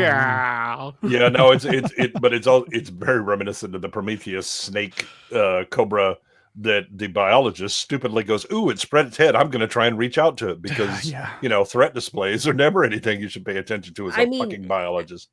At least that looked different, but like this looks exactly like the Spaceballs ones. And it's again, I don't know how you managed to take one of the most fascinating and terrifying space creatures and turn it into a joke so quickly across 3 episodes. Noah They Hawley. complete. I like it. This is like genuinely amazing that this was managed. This is a feat. This is impressive. I mean, AVP does exist. But Vex, this is the first time I felt tension. In your balls? Like I thought I felt tension, but it was gas. Yeah, it's like I mean, it's like I felt real tension. I was like, when they undermine all of the possible tension that any of these creatures could have. I mean, I started feeling tension when they played Allison. So Draconis, water my ass. Get this guy some Pepto-Bismol.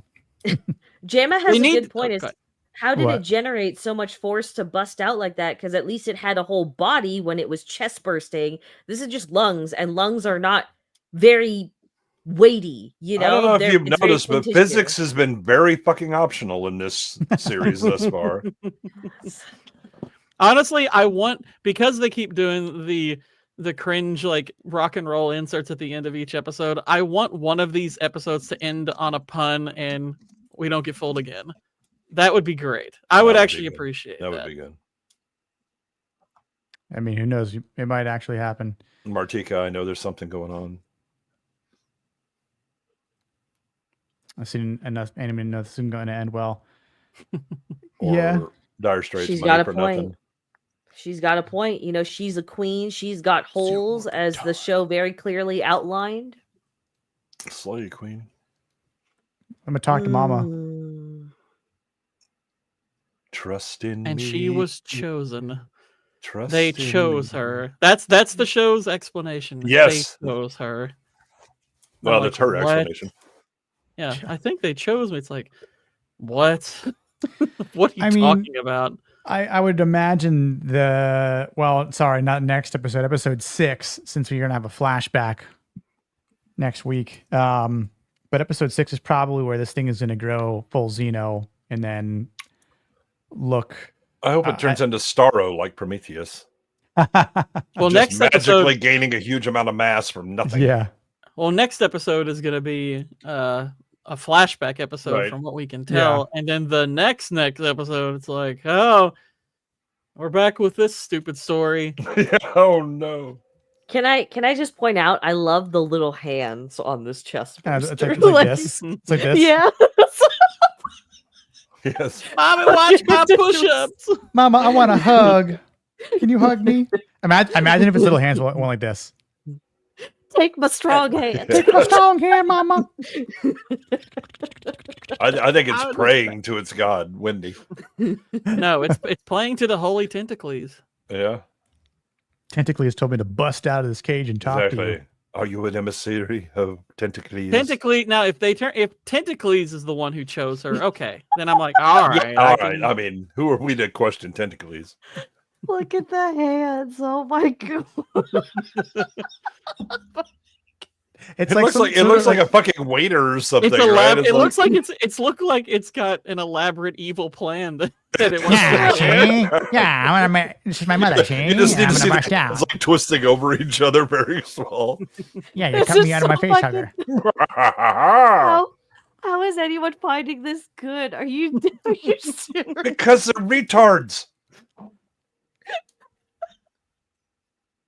Oh my gosh. Oh, Xenomorphs are my friends. Xenophobes gonna catch these hands. Yes, Bill's got to get Xeno Mr. Burns.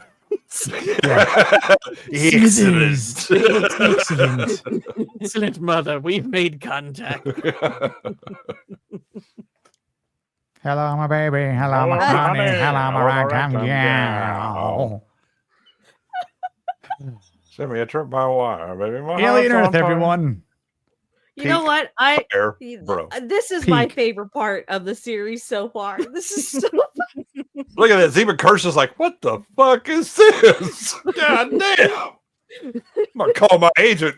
This is some shit. Yeah, this is Timothy Oliphant not even acting. He's just like, what did we do? Yeah.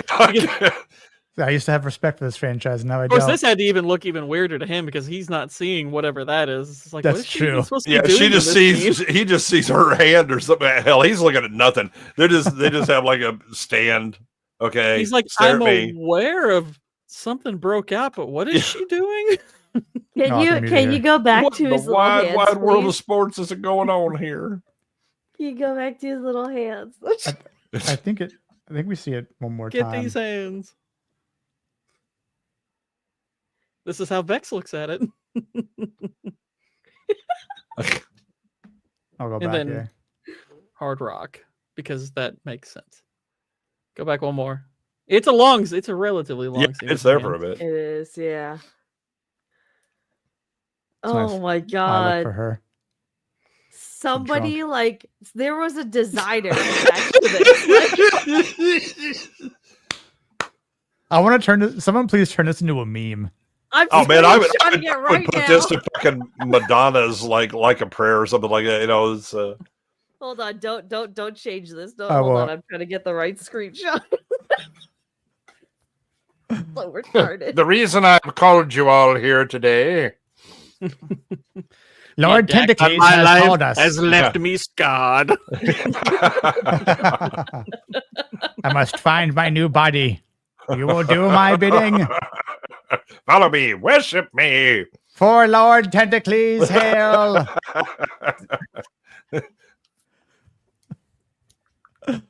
I herald Oh, the man. coming of Tentacles. Yes, yes. I bring you a gift. Are you But My this is guys? the little tiny prequel. heads. It's the prequel to Alien Tentacles, Alien Prophet. This is his birth. Alien the Baptist. Oh my god! Careless Repent. whisper. The kingdom of Tentacles is near. His time has come. That's a good point. What do you think she's gonna name it? Trevor. I was gonna name my son that. Wait, you're having a son? Huh? What? No. Come again? No, I thought you were having a What? girl. You told me that. It's like it turns out like this whole show is just about creating like small merchandise creatures and stuff like that. Like she's gonna have her little hand baby. You've got little alien prophet here. You've got tentacles. This is all leading up to. It's like okay, Exactly, we're Gemma. bringing back Beanie Babies and we're starting with Alien Earth merch. It's like oh okay. Let's go. I mean, Yeah. it probably is the best aspect of the show. I'll give it that. Yeah, this is definitely no big chap from Mattel. This is That's a good one. Yeah, call it Richard. Yeah, and I mean, if you insert some batteries, you know, it can be a personal pleasure device. Mhm. Oh, I mean, she does have enough power to power up a whole small city. I think with that With her lithium-ion battery behind her. lithium-ion battery. Mhm. Shut the fuck up. I know the joke Rossi's making calling it Richard, but I want to give it a last. I want to call it Richard Kimball. I want to Richard give it the full Kimball. name. I want to name him Dr. Richard Kimball right out of the gate. Yeah. I Who's the one- didn't kill my wife. Who's the one man? Like that. I think it's Sam. And then Curtis is like, I don't care. I don't care. I don't care. I don't He's care. like he's like voiced by like someone in Monty Python. Oh my god. You're a knight of the round table. Like what? Never mind. You will do my bidding. Wait, woman, don't come too close. Yeah. I need my intimacy coordinator. I will Okay. call him Mr. Bigglesworth. Yeah. Mr. Bigglesworth. I will name him George, and I will love him. Oh, imagine if Shmee had found a kid. I would call him Mini Shmee. Oh my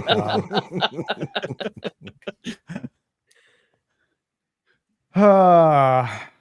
Yeah, and then we get the Jane's Addiction For outro. reasons. And yeah, for what I don't know why. None of these songs make any sense. It's such a hello, fellow young people type thing. Yeah. It's like, we're cool. If you were born in the 70s, yes. Yeah. Yeah, I definitely think she's going to try and defend it, or like, Kirsten's gonna be like, "So you're its mother now." She'll be like, "What are you talking about? What's my mother? Who am I mother to?" The baby Xenomorph. Well, I mean, they've saw you established petting it. he wants her to communicate with it. So I'm Yep. like, Oh, yeah, I hey, know. are we Hold gonna on. do this? I just realized there's an Jacob. inconsistency here once again, because isn't it an Alien Covenant? Like David 8 had like he'd engineered the chest bursters, and when they pop out of fucking Billy Crudup's character or whatever, it comes out and it holds its hands out like it's Jesus Christ arising from the dead. Yes, well, they also, by the way, have lower legs, which is not evident on this thing. But that's been true since Alien. Jamma, a more interesting thing is, yes, there is a planet full of eyeballed creatures. There's also a planet that are just feet. We call it Planet Kata. Yay. I can't believe someone designed this. Like, holy, you made this. It's a penis with tiny evil hands. Why do they have to be evil? I mean, little hands on a penis could be used for good. Yeah. All about intent. Yeah. That would be on par with the rest of the show, at least, Goodwin. So I'll give you that. I will give you that. Mm-hmm. Wait, so if this is a penis, why it's like her touching it is making me more uncomfortable now. Yes. Wait, so is she grooming the baby Xenopenis or she's what? just touching the tip. She been stroking. Oh, look, I kind of dances. It's kind of like wiggles. Yeah, Like, yeah, mommy. She's a female now taking control again. You know, this is like a feminist narrative now. Yep. Yep. She has power over the penis. Mm-hmm. Mm-hmm. Well, that happened. That's Alien Earth episode 4, y'all. For what it's worth. Yeah, and again, there were a couple things that were interesting and fun to see and fun to watch with Tentacles and the goat. We got the choir back as well. So where are his hands? Attached to his chest. He's like praying. Yeah. Applauding. I hope the like he's keeping them close to the vest. I want the hands to move after that, like little like stick figure arms. Like the baby like Velociraptor. I changed my picture thinking it would come out clear, but it looks like there's a penis on the screen. That's because there's a penis on the screen. Also, you need to have that looked at. You're gonna get, if this stream gets flagged for nudity at the end, that would be hilarious. That would be hilarious. Yeah, you need to talk to your urologist. You need to throw your profile pic onto a WNBA court. My God, that'd be hilarious. What is alien creature doing on the court here?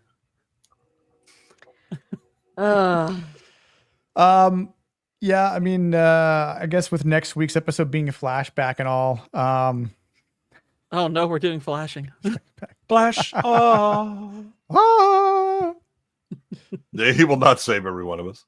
No, we're beyond saving. Flash ain't got time for this shit. No. Why is Wendy the only one with his power? Or this power? Because she was chosen. She was chosen by the alien. She's special. Yeah, they chose her. That's like the explanation. That's as much as we can give you. That was what we got. Yep. She was chosen. It's like, oh, aliens, they do that. Okay. Yep. Yeah, not even fronting on that. They had a plebiscite. They made sure they had a quorum. Then she was elected. Yeah, I mean, in terms of how this all... This just gets dumber every time we watch it. I mean... yeah, again, we're at the halfway part here, and a flashback episode's not going to do this thing any justice. Just poor options. No, but what it's gonna allow them to do is have some kills. It's like, show, I award you no points, and may God have mercy on your soul. Because I'm not going to. You know what? I will, on a positive note, I will say I am kind of curious about the flashback episode, because them at least trying to imitate the first movie is the most interesting thing this entire series has done so far. It's also the most offensive. It is, I agree, but like because it was the community theater interpretation of the opening of Alien. Right. And I can't wait to see I'm, the cardboard sets and bullshit that they come up with. Right. That's the other thing. It's like I'm kind of morbidly curious, but like also I'm thinking like if they're imitating something, at least it'll have some sort of plot to it. It'll have some sort of purpose. You do recall that they decided to have a social studies class when interpreting the beginning of Alien. Just let me huff a little bit of copium. Please. Just a little bit of copium. You can destroy my dreams next Wednesday, but just give me this little piece of copium. Please. I don't have to do anything. This shit destroys itself. I will, however, bully your inner child and take its lunch money for having any fucking faith in this thing. It's on par with the show, at least. Yes. So don't worry, I'll be communicating to it privately. You won't know I'm talking to your inner child. Let me just get the leather out. Yeah, I mean, at least Ron was one like some with like prosthetic Xenos. When I feel like this just didn't do the same thing. We got quadruped. What was it? Yeah, right. Quadriplegic. No, well, that too. Yes. Well, yeah, quadrupedal. Yeah. Buff short king Xeno with human teeth, wearing grills, and having a latex gimp mask that was flat. Waylon says, "Please cover Terminalist next week." Well, I mean, that's sort of where we're at. Like, I mean, we're kind of just discussing this earlier. That should be that should be the title of the next episode. Alien Earth. Alien Earth. That's sort of where we're at. This is where we're at. I'll totally do that. That's accurate too. I mean, the show itself should have this title. Oh, the show itself. Yeah. Like if they were being honest about what it's about, they're like, "What's the title of this episode?" This is where we're at. Yeah. Like, okay. Okay. So the first 3 episodes of Dark Wolf come out tomorrow. I'll definitely watch them within the next day or two. Like Wednesday, Thursday, depending on how my day goes. With work and streams and whatnot. I am definitely binging them all tomorrow. I'm going to absolutely try to. But after that, I say we ride this bitch all the way into New Siam at a brisk 90 miles an hour through the atmosphere and crash where this thing is going to happen.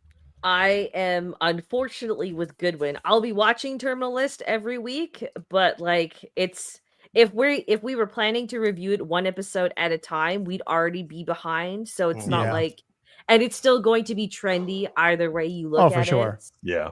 So because people will start watching it. What is Dark Wolf, Rossi? It is the Terminalist prequel season with Chris Pratt. Actually, I like that clip you had sent earlier, Vex, just to kind of, I'll bring that up. Oh, give a taste of what it might. Oh yeah, I'm like, this is fucking great. I'm like, man, I can't wait to start covering this eventually. But yeah, I mean, it's sort of where I'm at too. Like we're already halfway through. Like we don't have to suffer much more.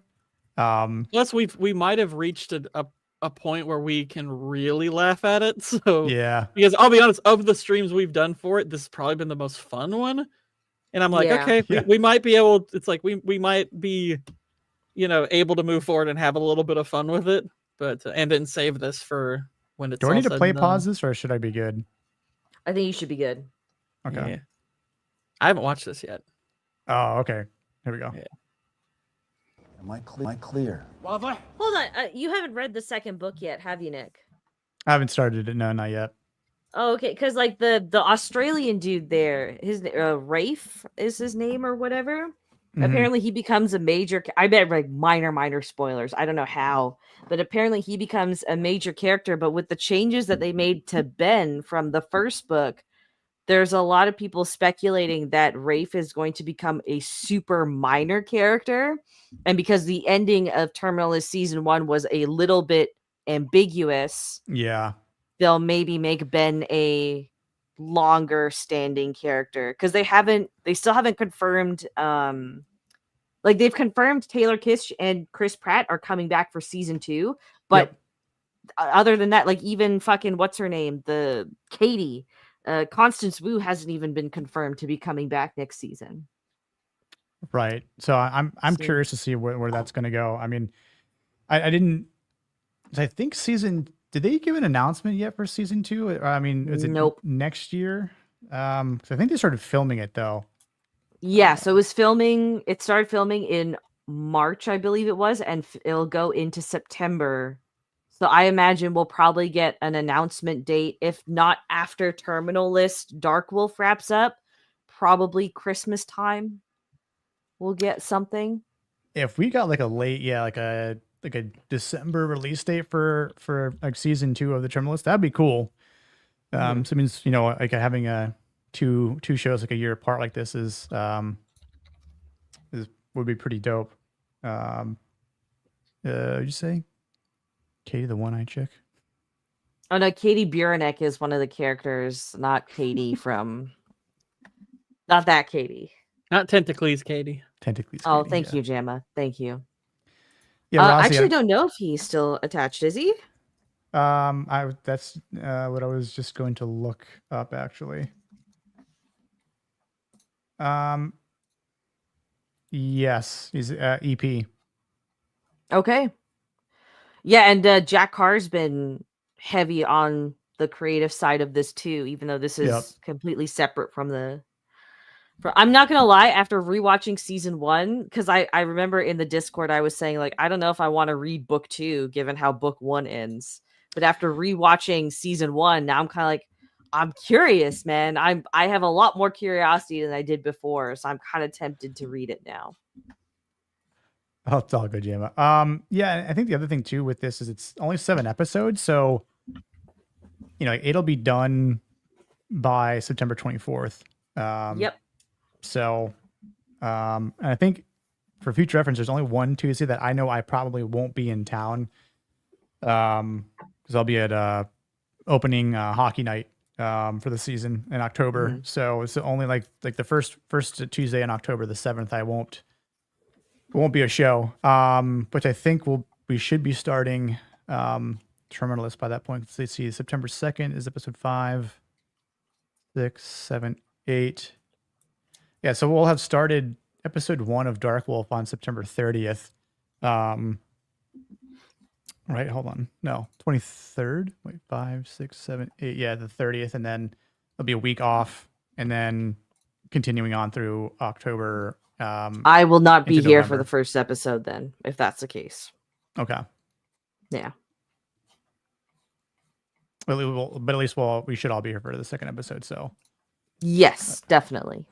Okay, that's fine.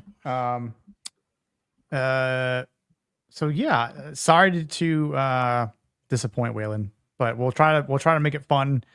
I mean, there's like 124 of y'all watching still, so that's fucking awesome. So I'll find more tweets for next week then. Yeah, maybe we'll just start off the episode. I'm sure they will be in abundance. Maybe Variety will come up with a new article. Chugging. Maybe next week we'll play NASA. I mean, that's in space, so that counts, and it certainly makes more sense than this shit. Yeah, a little clip.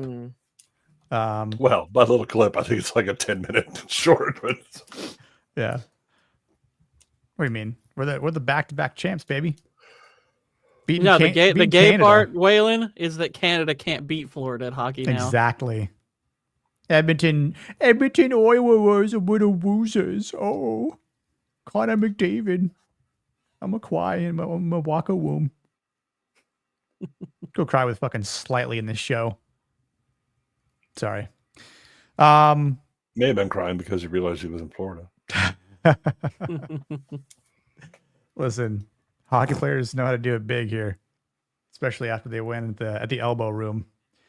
That being said, I know tomorrow night myself and Goodwin will be on Zax's channel, 10 p.m. Eastern, 9 p.m. Central. It's a movie clash tournament. between 1982 movies versus 1998 movies. There's bound to be a lot of L takes and probably Bit of trolling. Some trolling going along. So tune into that. I'll be on ABF's channel in the afternoon talking about some games. Then I might stream Thursday for some Helldivers with the new patch that dropped today, big update. And then we might be on Film Comics Explained Friday, potentially talking about one of Blade those Runner? 1982 movies. Yeah. But we'll Is see. he- Hopefully. Is Niad even Hopefully. well enough for that? Because he hasn't even messaged know me yet. about video stuff. So Oh wow, I think he's taking a week off. I hope he is. maybe I he mean, can he was watch sick this. last week as well. Mhm. Damn. But I think Um, he's like I think significantly worse this week. I want to say he might have had an appointment or something like that. Yeah, he had because of his migraines. Yeah. Migraines are no joke. Vex and Gore, what you got going on for the rest of this week? I mean, I've got a gaming stream tomorrow, but if we do something Friday for Nietz, I guess depending on the movie, I might be on that. But otherwise, I will mostly be editing the rest of the week. Yeah, pump out a video or two myself. I am bad. hopefully not going to be editing the rest of the week. 11 days in a fucking row, dude. I'm Yeah, you've been going for a while. usually it's just like at least there's like 2 days in between because I'll go like Monday to Friday and then take a break. But this was just literally a period where 5 projects piled up at once. So, maybe I'll stream on Twitch tomorrow if I have a chance to. I don't Twitch, eh? know. Yeah, I don't because I guess I haven't figured out how to hook because it's a whole thing to get the Xbox to work on the PC, but I have a Mac. I don't have an actual PC. Oh, So, and I can't stream to YouTube from the Xbox, but I can stream directly to Twitch from it. So, yeah. yeah. App integration. I don't know, and but all. yeah, I'm not on any streams the rest of the week. Sundays, 10 a.m. Eastern Standard. I usually review something. I'm not sure if we're gonna go over Terminalist Season 1 or because I saw it in Copa's thread just now. Might do Sunshine. I really like that movie. Sunshine's a great movie. I do too, and I think I like people. I don't agree with some of the criticisms against it. Some I do, but not all of them.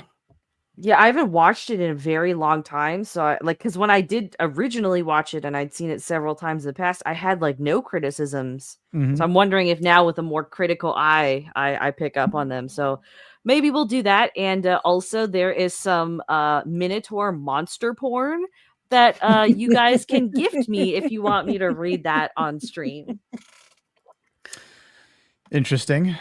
But yeah, go follow Vex. Go follow Gourd Papa Pumpkin on YouTube. I know the mods have been linking their channels in the chat. Go follow myself and Emperor Goodwin on X, and of course here on the channel. I appreciate it. Let's see who I can raid into here. I don't know who else is streaming. So we've got Nagy, AJ. What's he doing on stream? Probably a Definitely gay cartoon AJ. shit. Yeah, we got Erwin. Does Erwin hate or like Alien Earth? Do we know? He likes it. Of course. So maybe we raid into him and everyone just fucking What is spams- wrong Fucking with you? drag his Spam the ass. chat and Just be like, drag him. yeah, just spam the chat and be like, Alien Does Earth he actually sucks. like it? Are you joking right now? He does like it. Are you That'll serious? be raided into Hypno. It's you know. I mean, do we wanna Are you serious? I am serious. Dang. You should raid into I just- AJ. AJ deserves it. yeah. I'll support black actors. Make Yeah. sure you call him a furry. You guys stick Call him a together. furry. Yeah. Okay. So we're raiding AJ. Just start throwing like furries. Got it queued up. Well, we're but listen, going from an Alien Earth stream, so call it a statutory raid. Oh my Statutory. god. Listen, I appreciate everyone who's tuned in tonight. Like 120 something people consistently for a good portion of the stream, which is awesome. Again, this isn't a great show to talk about what is great.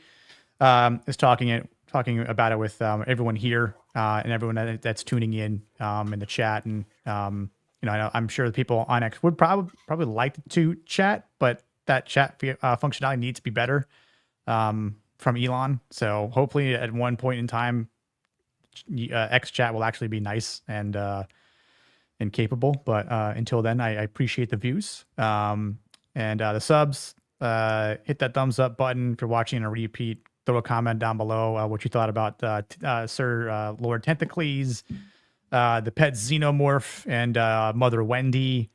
We'll see you next week for the flashback of Alien Earth episode 5. And I think we should incentivize best Tentacles fan fiction in the comments section. Will get read on stream. Oh hell yeah! Yes, there we go. yes, And, yeah. Okay, and if it's yeah. pornographic, then Vex will read it.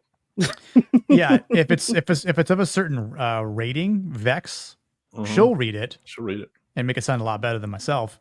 And then, but yeah, we'll highlight your comments here on the stream. So even if you don't usually watch things on YouTube, but you feel compelled to just for this moment, this is your chance. This is your chance. So Step up. comment down below. Step up.